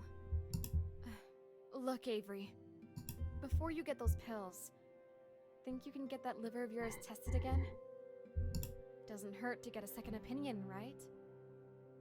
I guess not. Oh. You what? Oh, yeah. Okay, we're gonna be in trouble. Yep. I fixed his liver. Bam. The next day, Doc said it was good as new. Yep. Chaos. All the medical records are wiped. It's the ending of Fight Club. Let chaos reign supreme. How much would that second test cost, though? Probably cheaper than a lifetime full of paying a couple $1,000s. I don't know how much his rent is, but if it's in the Bay Area, it's probably at least $1,000 a month, is all I'm saying. Liver's too healthy, his body cannot take the massive health increase. Oh, by the way, we're doing our giveaway, so anytime in the next, 5 minutes or so, just make sure you say something in chat and you'll be entered in for the game Horus, which is a an indie action adventure game that I believe is British and also funny. Oh no, the liver is so healthy it ripped its way up its body and ran a marathon. I feel like this was a bad choice, but Willow, that sort of thing is dangerous. I know. First Horace Coldrake. Stopping a bank robbery? That's dangerous. But healing my friend?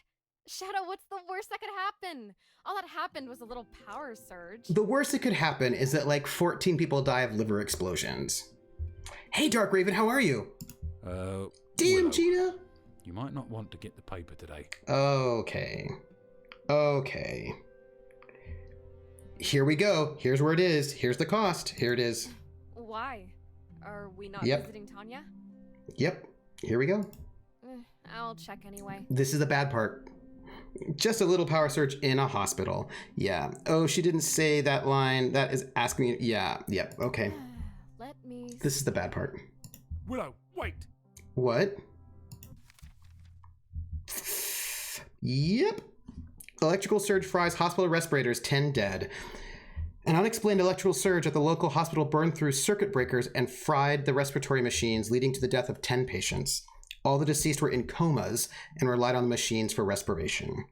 Insurance stocks at record highs. While hospitals may be having a rough go of it, the bulls are riding high with health insurance firms. As the industry has steadily reduced paying out claims, it has passed those profits on to investors. I don't see any downside, said one prominent Wall Street analyst.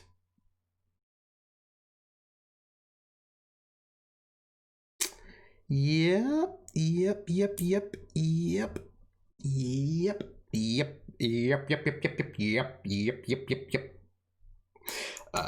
I just walked into Sesame. Yeah, like I just yeah, that's gonna be. Yep. Oh. Yep. Shit. Yeah. I don't know how much QL did those coma patients have. Was there any real hope of recovery? Mistakes were made. oof. No, I did that. Hey, Courier 3. That.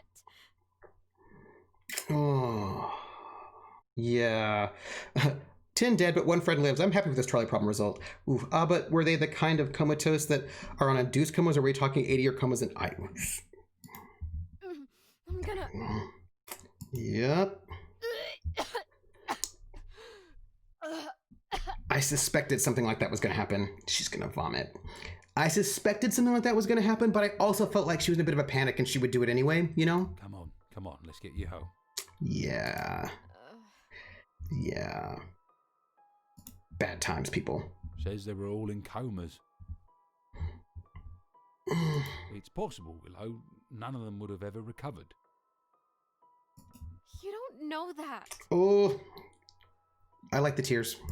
I just sacrificed them all. Yep. I wish I never had these powers. Oh, Willow. Sorry I made you do that. Forgive yourself, Willow. Yeah, that's nice for you to say, Shadow. I have to? Shadow, have you met Willow? You picked the most cheerful games. Thanks! Easy for you to say. You have no idea what it's like to have blood on your hands. Do not make that assumption, Willow. For all we know, Shadow has killed many, many people. We don't know this. She is a bit reckless with her power. Maybe we're going through a learning process, and the next time she'll be a little bit less reckless. Also, Denise, the Outer Worlds is not well. Actually, that has really bad healthcare in it too. They both have bad healthcare.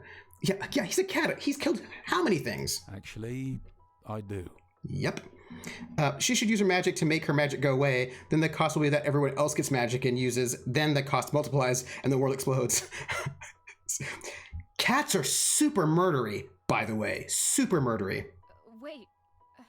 Really? It's kind of a long story. Ooh.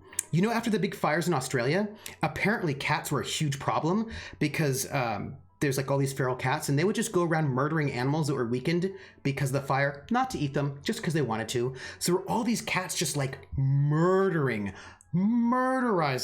like animals that were in weakened states in Australia after the big fires. The birds and mice had it coming, said Skexy. Beetlewind says, oh damn, she's going to get super judgmental at Avery over him eating and drinking stuff, and he will never know why she is so weird about it. Outerworlds has amazing healthcare, if you can afford it. Well, I feel like laying in bed and never getting up. Are there actually video games with good healthcare, though? Oh, hey, Dot! Dot! Right? This room does have Dot vibes, right? It does. Dot, I have a question for you. It's really important. What time is Alien? What time is Alien? Because if Alien is coming up soon, then when I'm done with my stream, I can raid you. Right? I could raid you. I'm just saying. So. Oh no! I guess I've got time. You have to cancel tonight. Bummer. That's a bummer. I'm going to go live on my channel though. Oh, well then I'm going to just raid you then. Internet issues, yeah. Oh, when people have internet issues, it's never the best. Oof. I'm going to raid you. I want you to know that when I'm done, I'm going to raid you. That's a thing. Also, there was a thing I wanted to tell people, but you're here so I can, and now I actually can tell people because Let me ask you something. It's relevant. See how far I have to go back. Okay. Why do you follow me into the forest? Oh, Dot, I went and I think I did all of the faction actions that I am planning on doing. I think I did them all. I haven't done, hey Forlasanto. Oh, I haven't done anything with the, there are probably 2 more I could probably do. I haven't done the faction actions for the military intelligence or the SS. Those 2 I haven't done yet. But I've done all the main important faction actions that I need to do. I've got to ponder. I'm going to ponder tonight if I need them to do anything at all. But I've done all the big ones, and I think, it's interesting. It's interesting what happened, what roles failed and what roles didn't fail. And, yeah. Yeah, it does stink about having to cancel. Because you're cute? They did not take revenge for the action of being framed because they don't know they've been framed at all yet. That's not information they have. Faction action, what's your attraction? Picking up agents and ciphers and explosions, something like that. A good framing means no one knows, it just happens. MI and SS are totally not important factions. Try to come up with it. Yeah, no, but Dot, I'm so sad for the police department right now, the French police. And you remind So me sad about it. of a pet my family owned when I was younger. I feel badly for them. I reminded you, eh? Oh, what does that mean? Yeah, some things have happened, and that's interesting.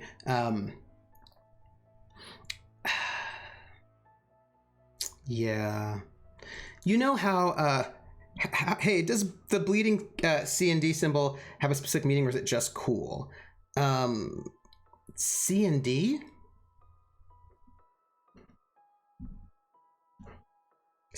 Canadian National Directory. Canadian, what does C&D stand for? C&D. Are we talking about the peace symbol? It's probably just because it's looking cool. They're a weird group to have sympathy for. The Mercedes. That's the peace sign. And so I feel like it probably is just to be a little bit edgy, peaceful, edgy, is what I'm thinking. Well, because the French police are not in a good position right now. They are, they're not in a good position. They're not in a good position. And I'm letting the factions do 2 actions in the break because we're doing a time skip. And I don't yet know what Bricktops is going to do. Just how similar are we? but the police need to go and investigate the assassination of the previous police chief. That's what they need to do. They need to do that, but they sort of can't because they're in crisis because their former police chief has just been murdered, and so they've just not been very. They're not. It's not going well for them, is all I'm going to say. Campaign for Nuclear Disarmament Group sign. It was their sign before it was the General Peace sign, I think. Really? Interesting. Maybe the French police shouldn't have to. Yeah, maybe they shouldn't have. Maybe they shouldn't have. That's a very good point. Pretty similar, actually. Yeah, but people have done stuff. Wait. I will say that when a group has been attacked and they're not doing well, they need to try to overcome the consequences that have been put on them, and that involves them trying to recover, which means they are then busy and not doing other things, right? So like the French police are not attacking people or investigating people or doing those things. They're trying to go and fix their problems. So, that's a thing that's happening. I hate when people do stuff. The French police hope to be an independent agency, but are stuck in a bad squeeze between the German Gestapo, German military intelligence, Nazi SS, the pressures from the German-leaning Vichy faction. Oh, yeah. And Coldrick, you want to know what's super fascinating mechanics-wise? This is, by the way, for those who are interested, you can find Wicked Willow on Steam. Thank you, TF. Thank you. Ooh, you know what? I should do a giveaway of Wicked Willow. It's me, Willow. That would be cool. Oh. You're my cat? Oh. Yes. Oh. When were you planning on telling me this? Now seemed like as good a time as any. What else do you have to confess? Oh, by the way, I'm going to do an actual giveaway for the game Horus, but I should do a giveaway for Wicked Willow. I've got to figure out about that. How to do that. It was me, Willow. I killed your parents. What? Oh my goodness. So, by the way, we're going to do our giveaway. It's for the game Horus, and we're going to do it right now. And Horus. No winner. We're going to find out, because here's the thing. I have the monthly bundle, which, by the way, I'm behind on downloading this code spore, and they give you 10 games a month or whatever, but not all of them are Mac compatible. So I get the ones that are Mac compatible, and the ones that are not Mac compatible, I give away. So here, we're going to find out who our winner is. Who will be getting the indie action adventure game with eccentric British humor, Horus? Scabbynack! Scabbynack? Hey, Scabbynack. Hey, Scabbynack. You have won. You've won the thing. You've won the thing. Let me whisper you sweet nothings. Well, they're not really sweet nothings. They're actually it's the code. Let me whisper these to you. Scabbynack, I have just whispered you the code. Thank you very much. I'm so excited. Congratulations.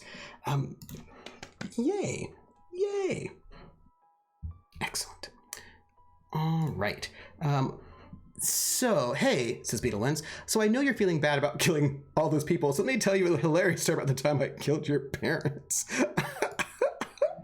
Yeah, I don't know if that'll make her feel better, but we'll see. Don't even joke about that shit, Shadow. It's not funny. No, it's not a joke, clearly. It's true. I'm the reason they're dead. Is that true, or are you taking guilt upon yourself? How? Were you driving the car?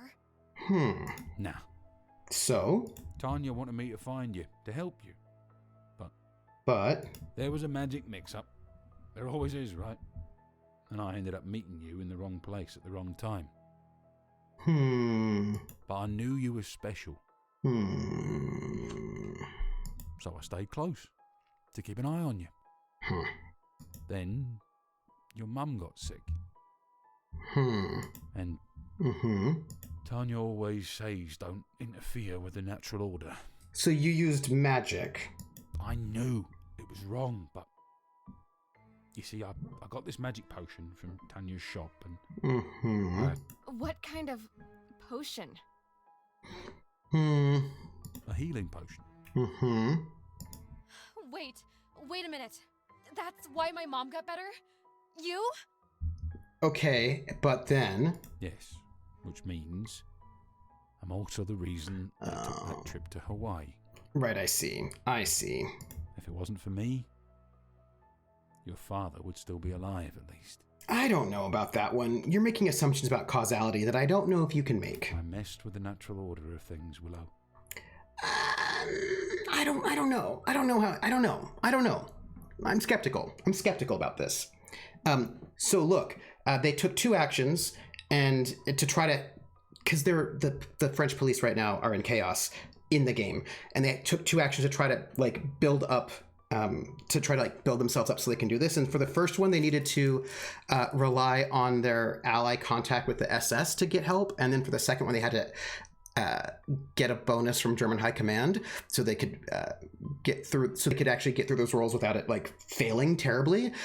They needed the help from the SS so that they didn't fail that role, which would have been bad for them, and the other one so they could maybe succeed, and it was even just a bare success. But I'm trying to tell you, they rolled really poorly, and in order to get through their crisis, they had to rely on the SS and the German military command, which is just kind of showing is what Kuldrick was saying, right? That they're in a bad space, and so they're relying on these people that I don't think they really want to rely on. So that's story-wise really, really interesting that the dice told that story, and I was like, well, that'll be interesting.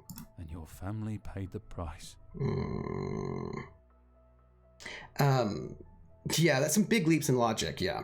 Hey, so what if it isn't magic has a price and Tanya is cursing people? That could be a thing, because again, that's a bit weird. So physicians also cause death in Hawaii. I get that. Well, no, because they went on vacation because the mom was sick. She had cancer. She was dying. But then she got better. And so they decided to go on Hawaii on vacation. And when I think it was either on the way to the plane or after they got off the plane, they got hit by a drunk driver. And so then they both died. Haven't you all watched the dozen Final Destination movies? Screw with fate death, you get stuck in a really stupid move. Yeah. Yeah. Why are you telling me this? Guilty? Maybe I just wanted to get it off my chest like you did with Tanya. Right, understand. But if she got better from something else, this is more butterfly effect than mag. Right, see, yeah, right. So I don't know if I believe yet what they clearly believe, that they're responsible for all this stuff. I'm not yet convinced. Maybe because you deserve to know. Especially after all you've been through lately. We will see. Maybe I just didn't want to become your friend without you knowing everything about me. Yeah, I feel like you two both take on too much guilt. Maybe I'm just a fool who don't know when to keep his big mouth shut. If I hadn't saved that person from drowning, they wouldn't have run over that dog. Yeah, it's like... I want to strangle you to death and hug you at the same time. Does that make any sense?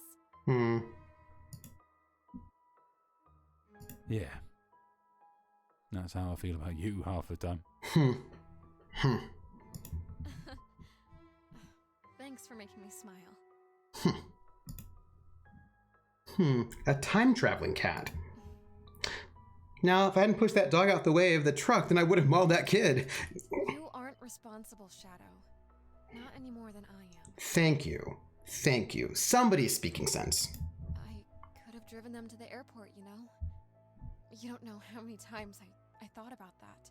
How old were you at the time, though? If you'd driven, you might have been in the accident too. Maybe it would have been better that way. To all go together. You know, Willow... Don't say that. Thank you. Shadow's right. So Shadow is, in reality, Schrodinger's cat. Maybe? Whatever happened to simple cats, like the cat that walked through walls? Yeah. People don't like hearing that one. That's the sentence that got me the Section 8 for Suicide Watch. Can we play as Shadow instead? Maybe? Pretty big overreaction. Well, it seems like there's a little bit of overreacting on more than one space here. I don't know. Was it? Ooh, Shadow with the probing questions. Ooh.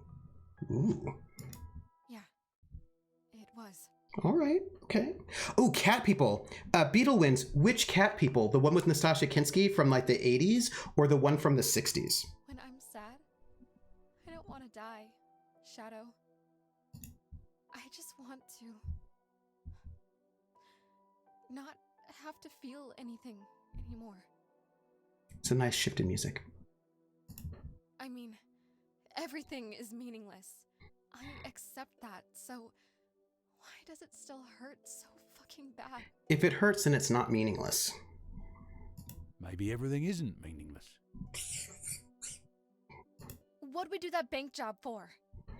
Oh, Beetle wins. High five. That's the 40s, yeah? High five. High five, cat people from the 40s.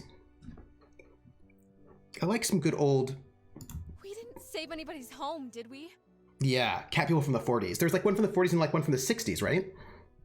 Or that cat people that don't like real cats and Stephen... Oh. Don't cats steal your breath? Aren't they like evil cats that like sit on your chest and then steal your breath and then murder you? Well, you got a point there. In mythology. Hey, today's been pretty stressful. How about a little tummy rub? So it is like a fedora type of hat, probably with a flat brim, a blossom hat that she's wearing on the back of her head. Oh God, a cousin made me sit through that train wreck from the 80s when the girl's shirt just popped open and she fell down the stairs. I laughed and I couldn't take it seriously at all. There was just a lot of frontal nudity in the early 80s. No, thank you. I'm like really ticklish. Nastasia Kinski and Malcolm McDowell. Malcolm McDowell was also in. Did any of you ever see Time After Time with David Warner and Malcolm McDowell about H.G. Wells and David Warner's Jack the Ripper? And Jack the Ripper takes H.G. Wells' time machine and escapes to the present, which is like the 80s. And then H.G. Wells has to come into the present to stop him from being Jack the Ripper. Oh, King Kong. Yeah. Good to know, but no, I didn't mean you. No hands over here, remember? Cat stealing your breath. Some cats would jump into cribs to lick the milk off of the baby's mouth face, but everyone freaked and thought the cat was stealing their breath life force. Oh, that's interesting. The time is... Yeah. I always thought that cat stealing baby's breath was an old wives' tale to explain Sid's probably next of kin. I mean, probably, right? Yeah, well, I came back right at lots of frontal nudity in the 80s, puberty. Yeah, and there was just like a lot of frontal nudity in this 70s and 80s. I meant one for me. But people were less, I think people had it like, I don't remember it being scandalous in a way that it would totally be scandalous today. You know what I mean? Oh, you're a selfish kitty, aren't you? Your words, not mine. I describe myself more as... Oh, yeah. That's a good purr. Then I'll move to premium cable channels. Yeah. Obviously it was seen differently. Yeah, no, it was. Because, I mean, I was just thinking about that there's, like, frontal nudity in Logan's Run. Like, it's just in there. Do you know what I mean? Like, it's just... They were just, like, I don't know. A little to the left. More naked people. And now we're... A friendly reminder. Ooh. Honestly, I'm not sure how I'd feel about petting a talking cat, says Beetle wins. Right? Also an excuse for housewives to shoo away stray cats that their children brought home. That's true. That is true, Courier 3. But I was also thinking about nudity in general. I mean, I was a kid, right? In the 70s. And when I was living up in the mountains, I was like nude all the time. Like, there were just a lot of nude people. And I mean, like, I was 3, but like I was 3 and it was the summer I just run around. And I was in the mountains, it's fine. And I just think that people are, like, we're just like in a kind of different space. We're just in a different space now than we were then. I'm not judging if it's better or worse. I'm just noting that it was different. The 80s were when a lot of censorship started happening in the name of children, like cartoons getting PCAs. Yeah, and that was like the second half of the 80s, so like mid to second half, like, because the first half of the 80s I think was still part of the 70s, if that makes any sense. 80s kids movies used to be full of nudity. It was nuts. Better to pet a talking cat. It can tell you to stop if it doesn't want to be petted. Oh, that's true. And going back and erasing cartoon characters that smoked or frying pan to the face. Oh, yeah, yeah. I don't know if you noticed this, but I was looking at some DVDs of Sesame Street from when I was a kid, and they've put parental warnings on the Sesame Streets from when I was a kid, as somehow those being inappropriate. Deadline for the fairy tale short story contest is Oh, oh. Also, side note, I actually really quite like this text bar, right? So like this semi transparent text bar that sort of like fades off at the ends. I quite like that. Replace all the guns with walkie-talkies. Yep. Cats are usually very clear at communicating that you pet their stomach for 250 minutes instead of the allotted 150 minutes. The winner will receive a $500 scholarship. Oh. May I request my winnings be donated to a worthy cause? If you win, Say the original Righteous Words student group? that's a student club. I think that doesn't count. Milliseconds. Milliseconds. Of course. I just feel like cats want to be pet for hours. But Lydia, isn't declaring yourself the victor a little premature? Of course. I'd never dreamed to be so immodest as to claim I'm the heavy favorite, or to say my talent dwarfs the competition. I just feel like you're saying both of those things. That's what we all heard. I don't know what you're implying. Krellin, thank you. Some cats do want to be pet for hours, but not on their stomachs. Whatever, Lydia. Win your little award. Some of us don't think talent is a popularity contest. Scabbanack says, well, they off their stomachs, and then they attack you when they pet them. I think it's their little game. They're like, stomach scritches? Ah! Stomach scritches? Ah! Because they want to play fight when they offer you this. Yes, they want to play fight. Yeah, why doesn't Avery get a hat? Poor Avery. He's not in Team Hat. He's in Team Chaos. Although, really, honestly... I thought that would never end.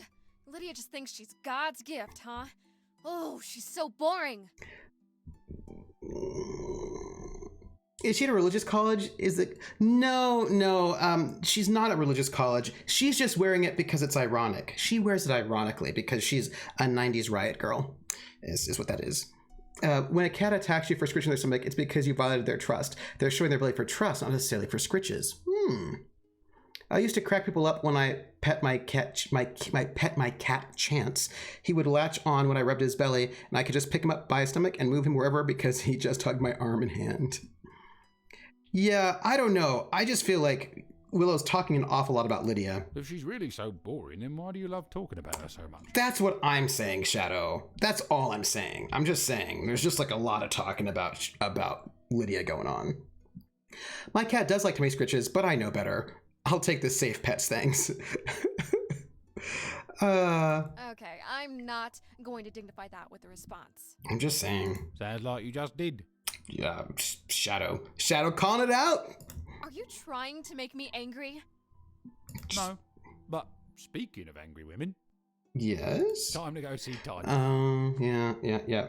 Next to Quinn says, I'm very lucky to have a kitty who actually loves belly scratches. I love cats, but I'm really allergic. Whatever. Really allergic. It's okay to be a disaster lesbian. Yeah, that's true. Let me just save, by the way. I'm going to save right here. Let's save and overwrite. I also just want to see our progress gallery because I feel like we must have... Oh, maybe we didn't unlock a new one. Let's close. And then, there we go. That's your favourite phrase, isn't it? Yes. Hey, I'm not obligated to think about Tanya all the time, am I? No. Maybe not. But she... She what? But she what? Yeah. But she what? Whatever. No, I just... See? How's that feel? Shadow, I like you. I don't think you're using it right. Maybe a never mind or something would be... Just shut up and grab the paper. We're on day 3, by the way. No, Willow, if I was trying to make you angry, I'd be all, hey, remember when I got your mom killed? Beetle wins. Do you know what she's looking for? Evidence against the bank, probably. Not a clue, mate. Because, you know. Okay. Tanya. Okay. We're gonna go see Tanya. I don't know how this is gonna go. Wait. The door's not opening. Damn, I was afraid of this. What? You knew this would happen? She mentioned she'd need to be busy for a little while. She hoped it wouldn't mean skipping out on the shop, but... Curry through's like, and Dad, don't forget Dad too. I'm so suspicious. Just great. I'm so suspicious of Tanya. We do everything she says. You don't do anything she says, to be fair. And Tanya's too busy to talk to us? She's probably trying to clear up some kind of magical error. How's it feel? Or she's plotting to take over the world. I don't know. Caring about Tanya. I said I don't. If you really didn't care, you wouldn't care that she's not here. As if. I care as much about Tanya as I do about that stupid short story competition. Oh my goodness. Willow, write the short story. I agree. I think you want to win that competition. But you probably think you can't, so you think it's better not to apply and imagine that you could have if you did rather than apply and not win. Why? I don't need the money, and I certainly Really? do not need the recognition or approval of anyone. Watch Tanya Liddy be super good people and Avery be super Hitler. Hey, I don't even know what's going on. But you know who does? Lydia. Admit it. Wouldn't you love to see those pretty lips twist into a frown when she sees you win? I don't know. I just disagree with this line of thinking. Just because you're annoyed or frustrated with someone doesn't mean you're in love with them. Oh, no, certainly. That's certainly true. But there are people who mask their feelings for someone by talking about them all the time in an irritated way. Hey, Cyclonus. Some people don't like people and then they just never, even if it does make for a fun storytelling. Sure. But I will say this. If there's somebody I don't like, I don't tend to talk about them. She thinks she's so invincible. And I don't tend to talk about them all the time. It would be nice to take her down a peg. Though, if somebody's in a... This is me personally. I speak for no one else, only myself. If somebody's in a space where they're... how do I put this? Let's say somebody is crushing on me. Willow and Lydia are Eponine and Cosette. Willow's just mad that Lydia got the pretty hat. The name game. Come on, everybody. I said, now let's play a game. I bet you I can make a rhyme out of anybody's name. The first letter of the name, I treat it like it wasn't there. And then a B or an F, or an M will appear. And then I say bo out of B, then I say the name, then banana, fanner, and foe. Then I say the name again with an F, very plain, then a fee, fi, and a mo. And then I say the name again with an M this time, and there isn't any name that I can rhyme. Cyclonus, bye Clonus, banana, fanna, fo, Clonus, fee, fo, my Clonus. Cyclonus.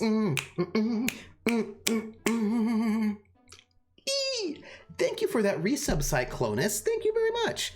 I found the cat's Facebook page. Wait, the cat has a Facebook page? Ooh.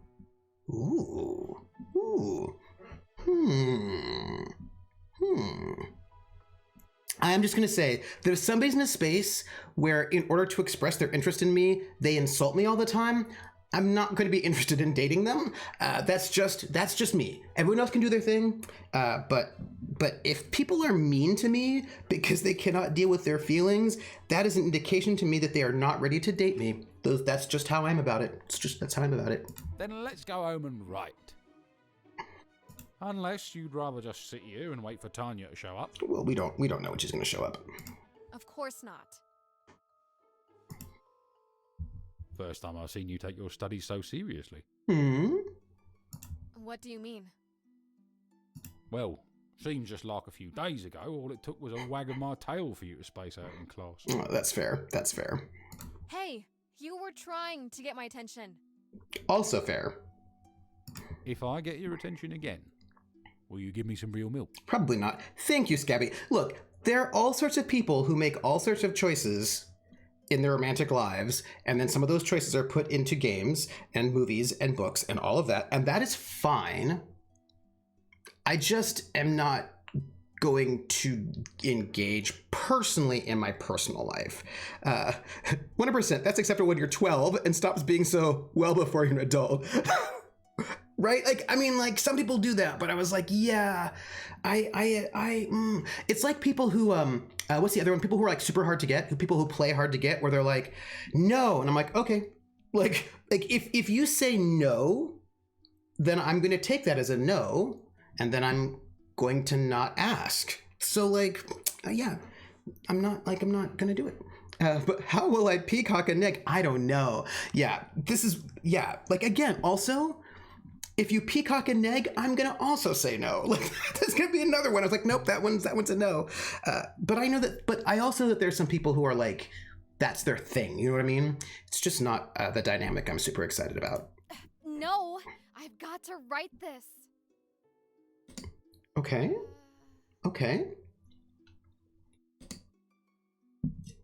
So why aren't you doing it then? Writer's block. I've got it bad. Free write. Willow, just free write. Do some free writing. You're trying too hard. You've just got to adapt something from the classics. Just change a few names, places, details, and nobody will really notice. Are you encouraging plagiarism? Shadow, don't encourage plagiarism. Don't do it. Isn't that plagiarism? Thank you, Willow. Thank you. I appreciate that the game knows what I'm thinking. Once upon a time, there was a naggy talking cat who kept demanding real milk. Oh, so it's just a coincidence that Star Wars is so similar to King Arthur, or that every detective is basically Sherlock Holmes, or that every boxing movie is just Rocky. Oh, I disagree. Not every detective is Sherlock Holmes. That is just not true. Come on now, Shadow. What's his face? I mean, like, basically a hard-boiled detective and Sherlock Holmes are super, super different. They're not the same at all. Come on now, Shadow. Come on. Cats should not get milk. They are lactose intolerant. Krellin. Cats don't care about your ethical norms. Prax says, Star Wars isn't King Arthur. It's the transition from Roman Republic to Roman Empire. Thank you, Prax. Thank you. Also, I mean, to be fair, every boxing movie is literally Rocky.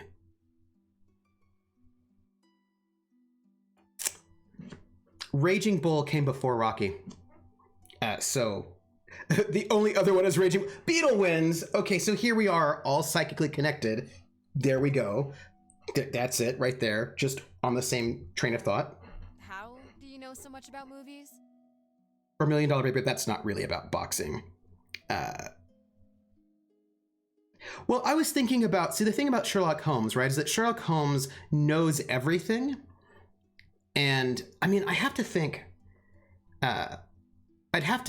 about whether or not, because, okay, so Sherlock Holmes is like brilliant genius, like the brilliant genius type.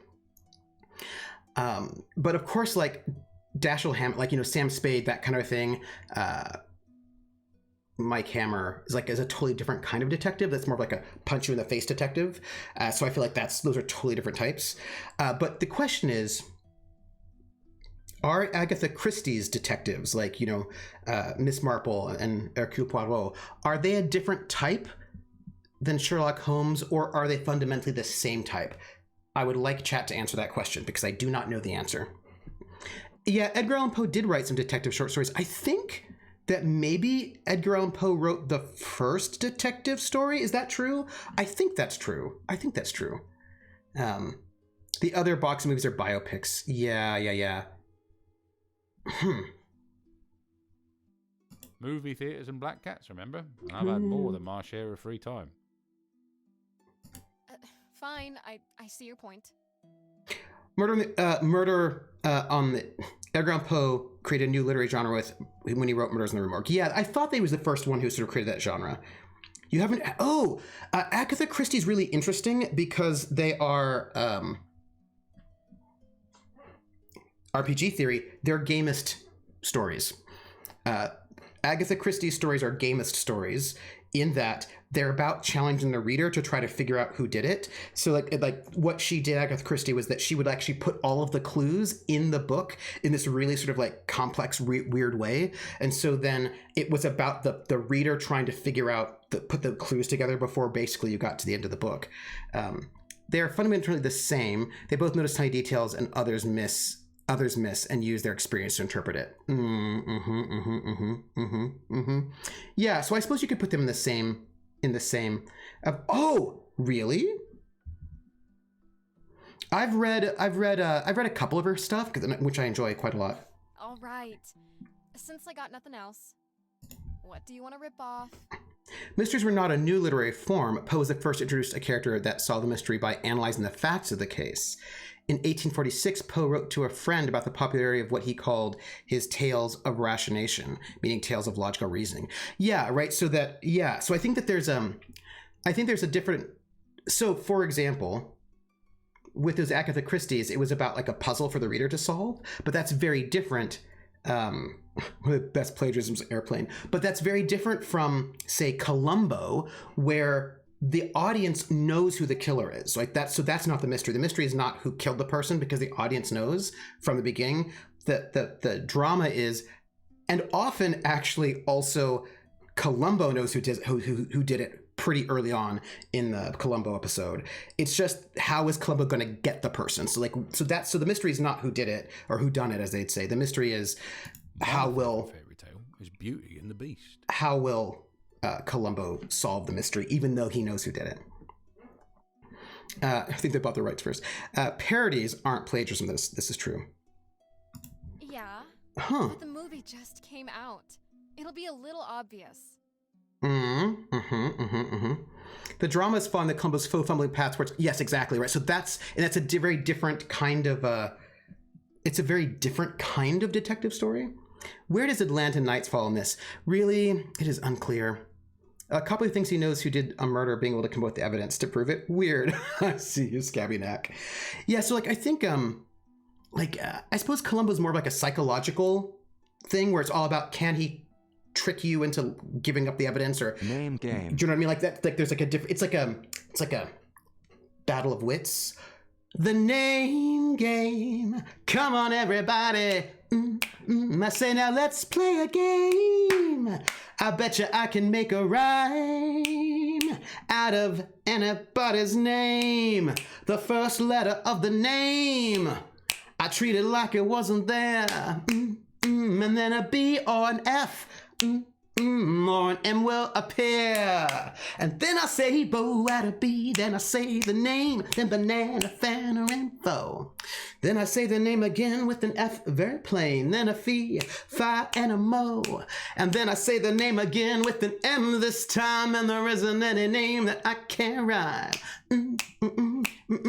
Courier 3, Courier 3, Courier 3, Burrier 3, Banana, fan, for Furrier 3, fee, fi, Murrier 3. Courier 3. Thank you, Anonymous, for that gift sub to Courier 3. That is so exciting. Yes. Check out side-by-side comparison 0 Hour 1957 and Airplane 1980. Oh. Yeah, Columbo always had the conversational chess matches, so that's more like what I think Columbo was about. Coldrick says, I like the mysteries where we are given the same facts, observations, the characters, but I hate when they start to build the story and then make some kind of left turn that was never presented or shown. Well, that could be frustrating. And then there was Angela Lansbury's Mrs. Fletcher. Oh, yes. Trooper, I think Monkey wants a name game. Okay, sure. But if the first 2 letters are ever the same, I drop them both and say the name. I like Bob. Bob, drop the B's, Bo, or Fred. Fred, drop the F's, fo, red. Or Mary, Mary, drop the M's, mo, airy. That's the only rule that is contrary. Monkey, monkey, monkey, bo, bunky, banana, fana, for funky, fee, fi, mo, unky. Monkey, Isn't your cat named Thelonious Monk? I feel like that's true. Did I make that up? Maybe I didn't. Moonstone from 1869 is considered to be the first detective novel. We saw a copy of it in Powell's bookstore years ago. Oh, that's interesting. I see you got bored of the BBC Sherlock series.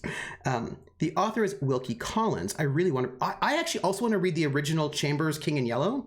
There are things I want to read.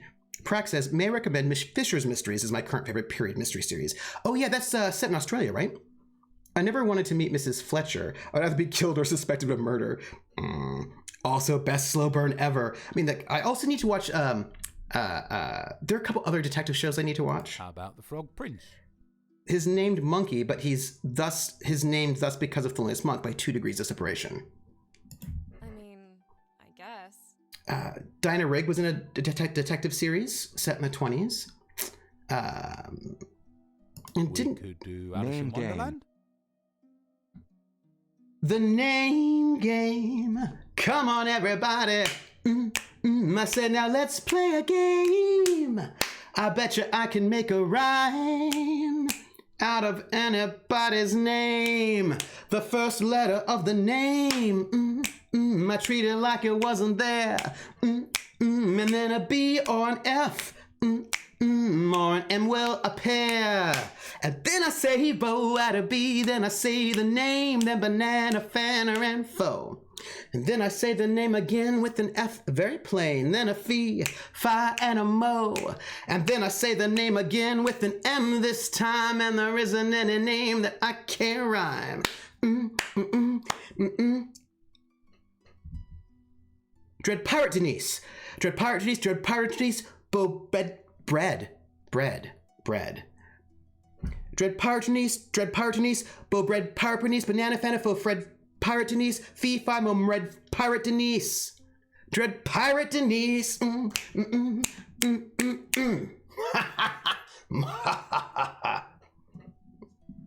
Like, yeah, there's a rhythm. You've got to get the rhythm or it's never gonna go. It's never gonna go if you don't get the rhythm. That's all I'm saying. My brother used to have a gray kitty whose first owner is named Thelonious after Monk. So my brother and his roommate misheard and called him Felonious his entire life. Oh, Dick Van Dyke had diagnosed as murder and he was a doctor. Oh. And Monkey is named because he's also a gray kitty and thus monk-like or monkey. Oh. Oh. What? Were you thinking that Alice would end up with a Cheshire cat? It's the rhythm of the night. The night. Oh, yeah. The rhythm of the night. Thank you for that 90s throwback. I appreciate that, Barantor.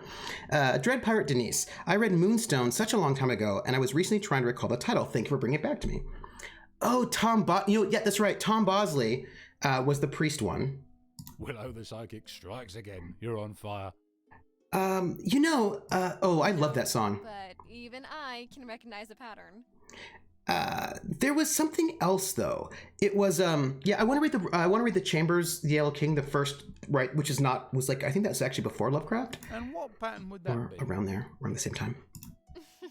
A talking beast, a talking frog, and a talking cat, all paired with a beautiful human girl. Something wrong with that? A man can have his dreams, can't he? Sketch. Yeah, but it's supposed to be my story, not yours. Thank you. And also, Courier, stop shipping people with a cat shadow. It's kind of strange. I am with you. I'm with you there. If you really wanted to write your own story, you'd have done it by now. Ain't that right? Give her a little bit of moment. Let's give my way a shot. I don't know about all that. Fine. Whatever. I'm the title character and you're a cat. Ooh. Oh, Father Dowling Mysteries. That's right. Not as weird as the inevitable shipping shadow with other people.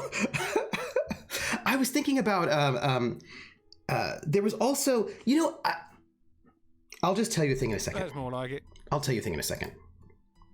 Ugh, look at all those flyers on the ground. What a waste of paper.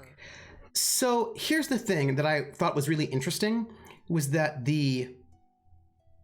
not the teens, but the aughts. Ooh, thank you. Teaser and the Fire Cat Stevens. Oh, Moonshadow. I'm gonna go 10 over. There was in the 80s, actually from the 50s, the 60s, for a number of decades, there were a number of cop shows with uniformed police officers, like working class police officers, Adam 12 and Hill Street Blues and a bunch of shows with like, you know, uniformed police officers. And then I feel like in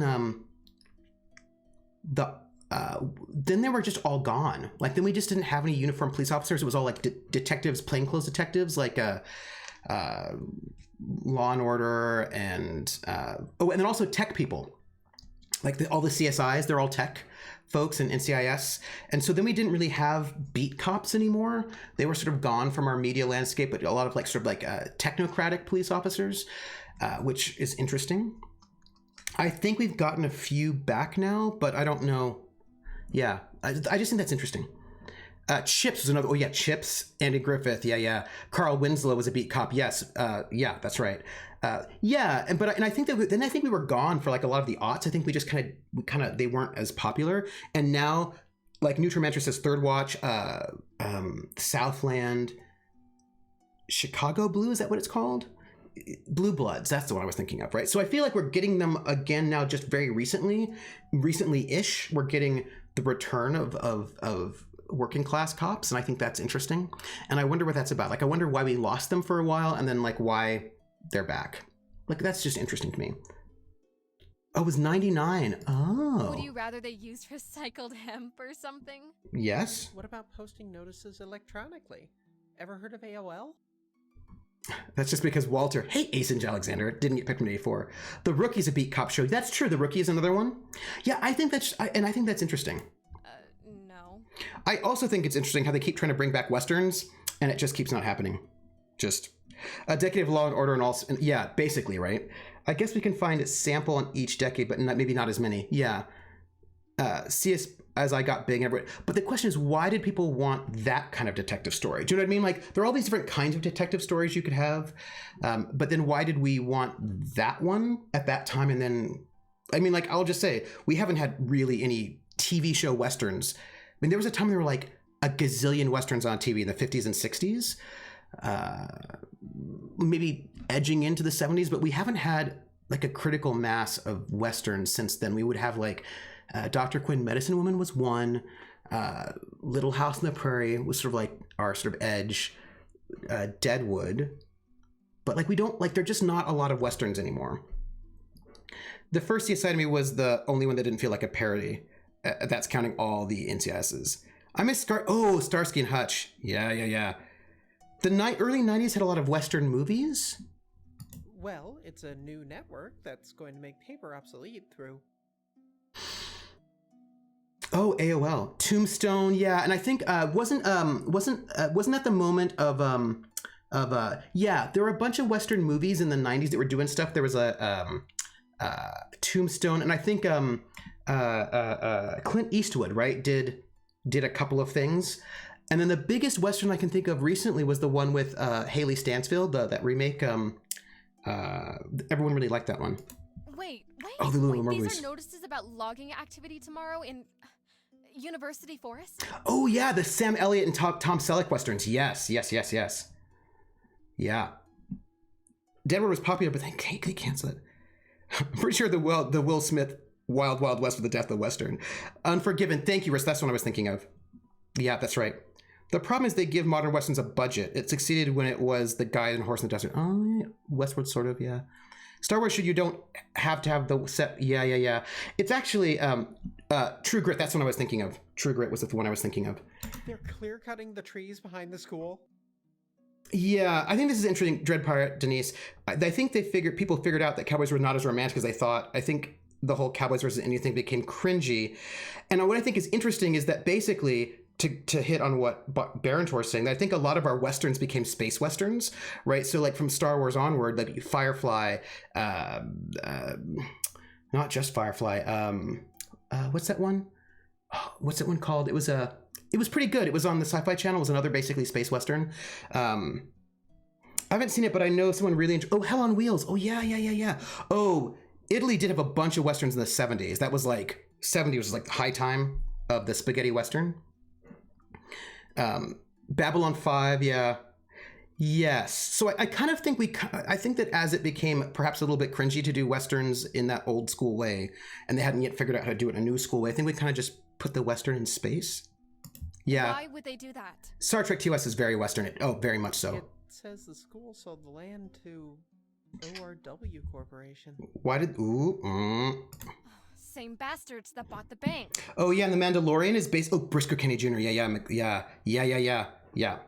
And, right, The Mandalorian is basically a Western as well. That's certainly the aesthetic they're going for. I kind of think... Battlestar Galactica... Maybe also... I don't know what you would think about Rogue One. What do you think about that one? Space Western? Don't forget Straight to Hell, the punk Western starring the Pogues. Oh my gosh, yeah. Legend starring MacGyver. Oh, I don't think I watched that one. I remember when I first came to this forest, when I was just a kid. It was so magical to me. I can't just let them cut down those trees, Willow. Space spy movie. Thank you, Cyclonus. Don't worry about any of that, Avery. I'm sure I know how to stop this. Although, you know what? It doesn't feel like a spy movie exactly. It feels like a World War II movie, kind of like a kind of a downbeat World War II movie. Like it kind of feels to me like like the Dirty Dozen or one of those kind of like group heist movies that are kind of downbeat. Like it feels. Yeah. Thank you, Valti. It feels very World War II to me, right? Like, yeah, it feels very World War II to me as a space World War II movie. That's the kind of vibe I got off of it. I just gotta go see a friend after class. Fair, Krellin. Friend? Trust me, she'll know what to do. Class is over for today. Before I go, I'll post the results of the short story competition.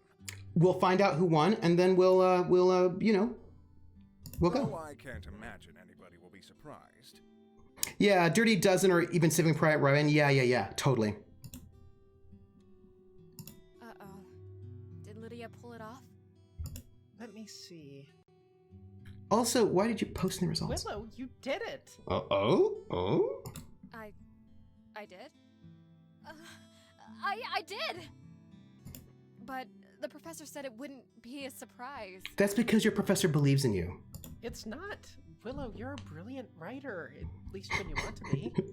The Quick and the Dead. Oh, there was that one. What was the one with Bad Girls? That was the one with all-female cast. They switched directors at the last minute, which was less good. You're back to taking your academics seriously. What was it? It was Shh! Here comes Lydia. Oh, I can't wait to see her cry. Oh, it was like the woman from Basic Instinct. Sharon Stone was in it. I heard the news, Willow. Oh, I guess there's nothing wrong with your hearing. Oh, come on. The same can't be said for your writing. Don't be mean. Don't be mean. Oh, the Pony Express. Oh, yeah. Hateful Eight. Yep. So it would appear. Would you mind terribly letting me read your story? Uh-oh. You want to read my work? Yeah, bad winner. Did you have to go to jury duty? What's in it for you? Well, I just thought... Never mind, Willow. Congratulations. Oh, come on. What was her problem? You were being mean to her? Willow, I think that maybe you were a little... Yeah, maybe a lot. A little awesome? No. You bet I was. Nope. I have Indian food in the fridge. I'm very excited. Oh, Young Guns. Young Guns and Young Guns 2. We lost big time, pal. Quick and the Dead. Thank you. That's the one. Lydia and Avery tied for first place, and we got nothing. Wait. So? A little... So? Lydia and Avery tied for first place, and we got nothing. That's not true, though. No way. That's the least believable outcome ever. Yeah, Maverick was good. I bet I can top it. What about Lydia and I tying and making out to celebrate? I have so much paperwork to do for immigration that I have to stop putting off tomorrow. My heart is being, oh my gosh, I've got paperwork to do as well. Yeah. Somehow that one seems a little more believable. Oh, Young Writers. Shut up. Dr. Quinn, Medicine Woman. So, we won then. Of course. Yes. I'm just trying to razz you. Well, such a big chip on her shoulder that she should not be able to stand up straight. It's true. You seem like When she moves too quickly, she should like hit people in the face with it. I survived a bank robbery and a serial killer. I bested Lydia. There's nothing I can't do. Man, I forgot. Yeah, some of those. We'll see what Tanya has to say about that. Be sure you bring the paper, Willow. Paper. Okay, this is where I think we stop. Before we talk to Tanya, I think this is where we stop. We're gonna save. We're gonna save right now because it's a new scene, and it feels like a really good save point. What is... This is the older one. Yes. Okay, and I'm gonna come here, and then I am going to main menu it. Yes. Then I'm gonna quit out. Okay. Hey everybody. So excited. And while we're here, I'm gonna just take my chat and put it here so I can look at the chat and see your shining faces, even though these are not actually faces, it's just words. Except bring your dead parents back. Cowboys and Aliens. Oh yeah. I like Tanya's art too. I think it's very good. Thank you, Atomica. So, here's what's up, everybody. I'm going to bring up my calendar because I have to tell you things. I also have to update my calendar on the Twitch site, which I will do. But I have news for you. I have news. News. So, what's up next?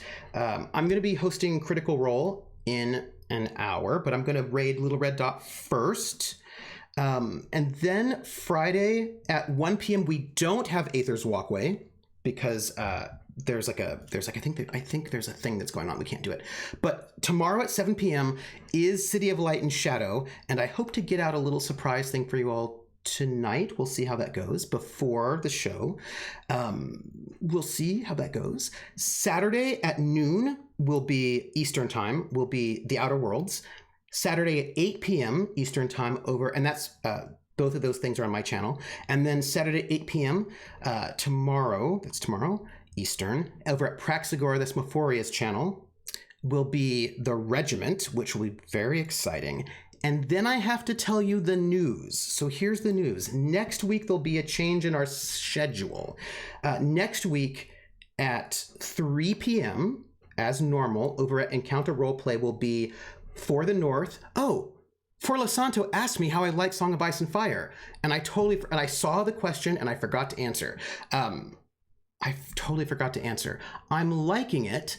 I like that you can do non-combat. There's like not a lot you can do in combat if you're not a super combat heavy person, but they do have a couple of moves that you can do as a non-combat person that you can use, and I think that's very cool.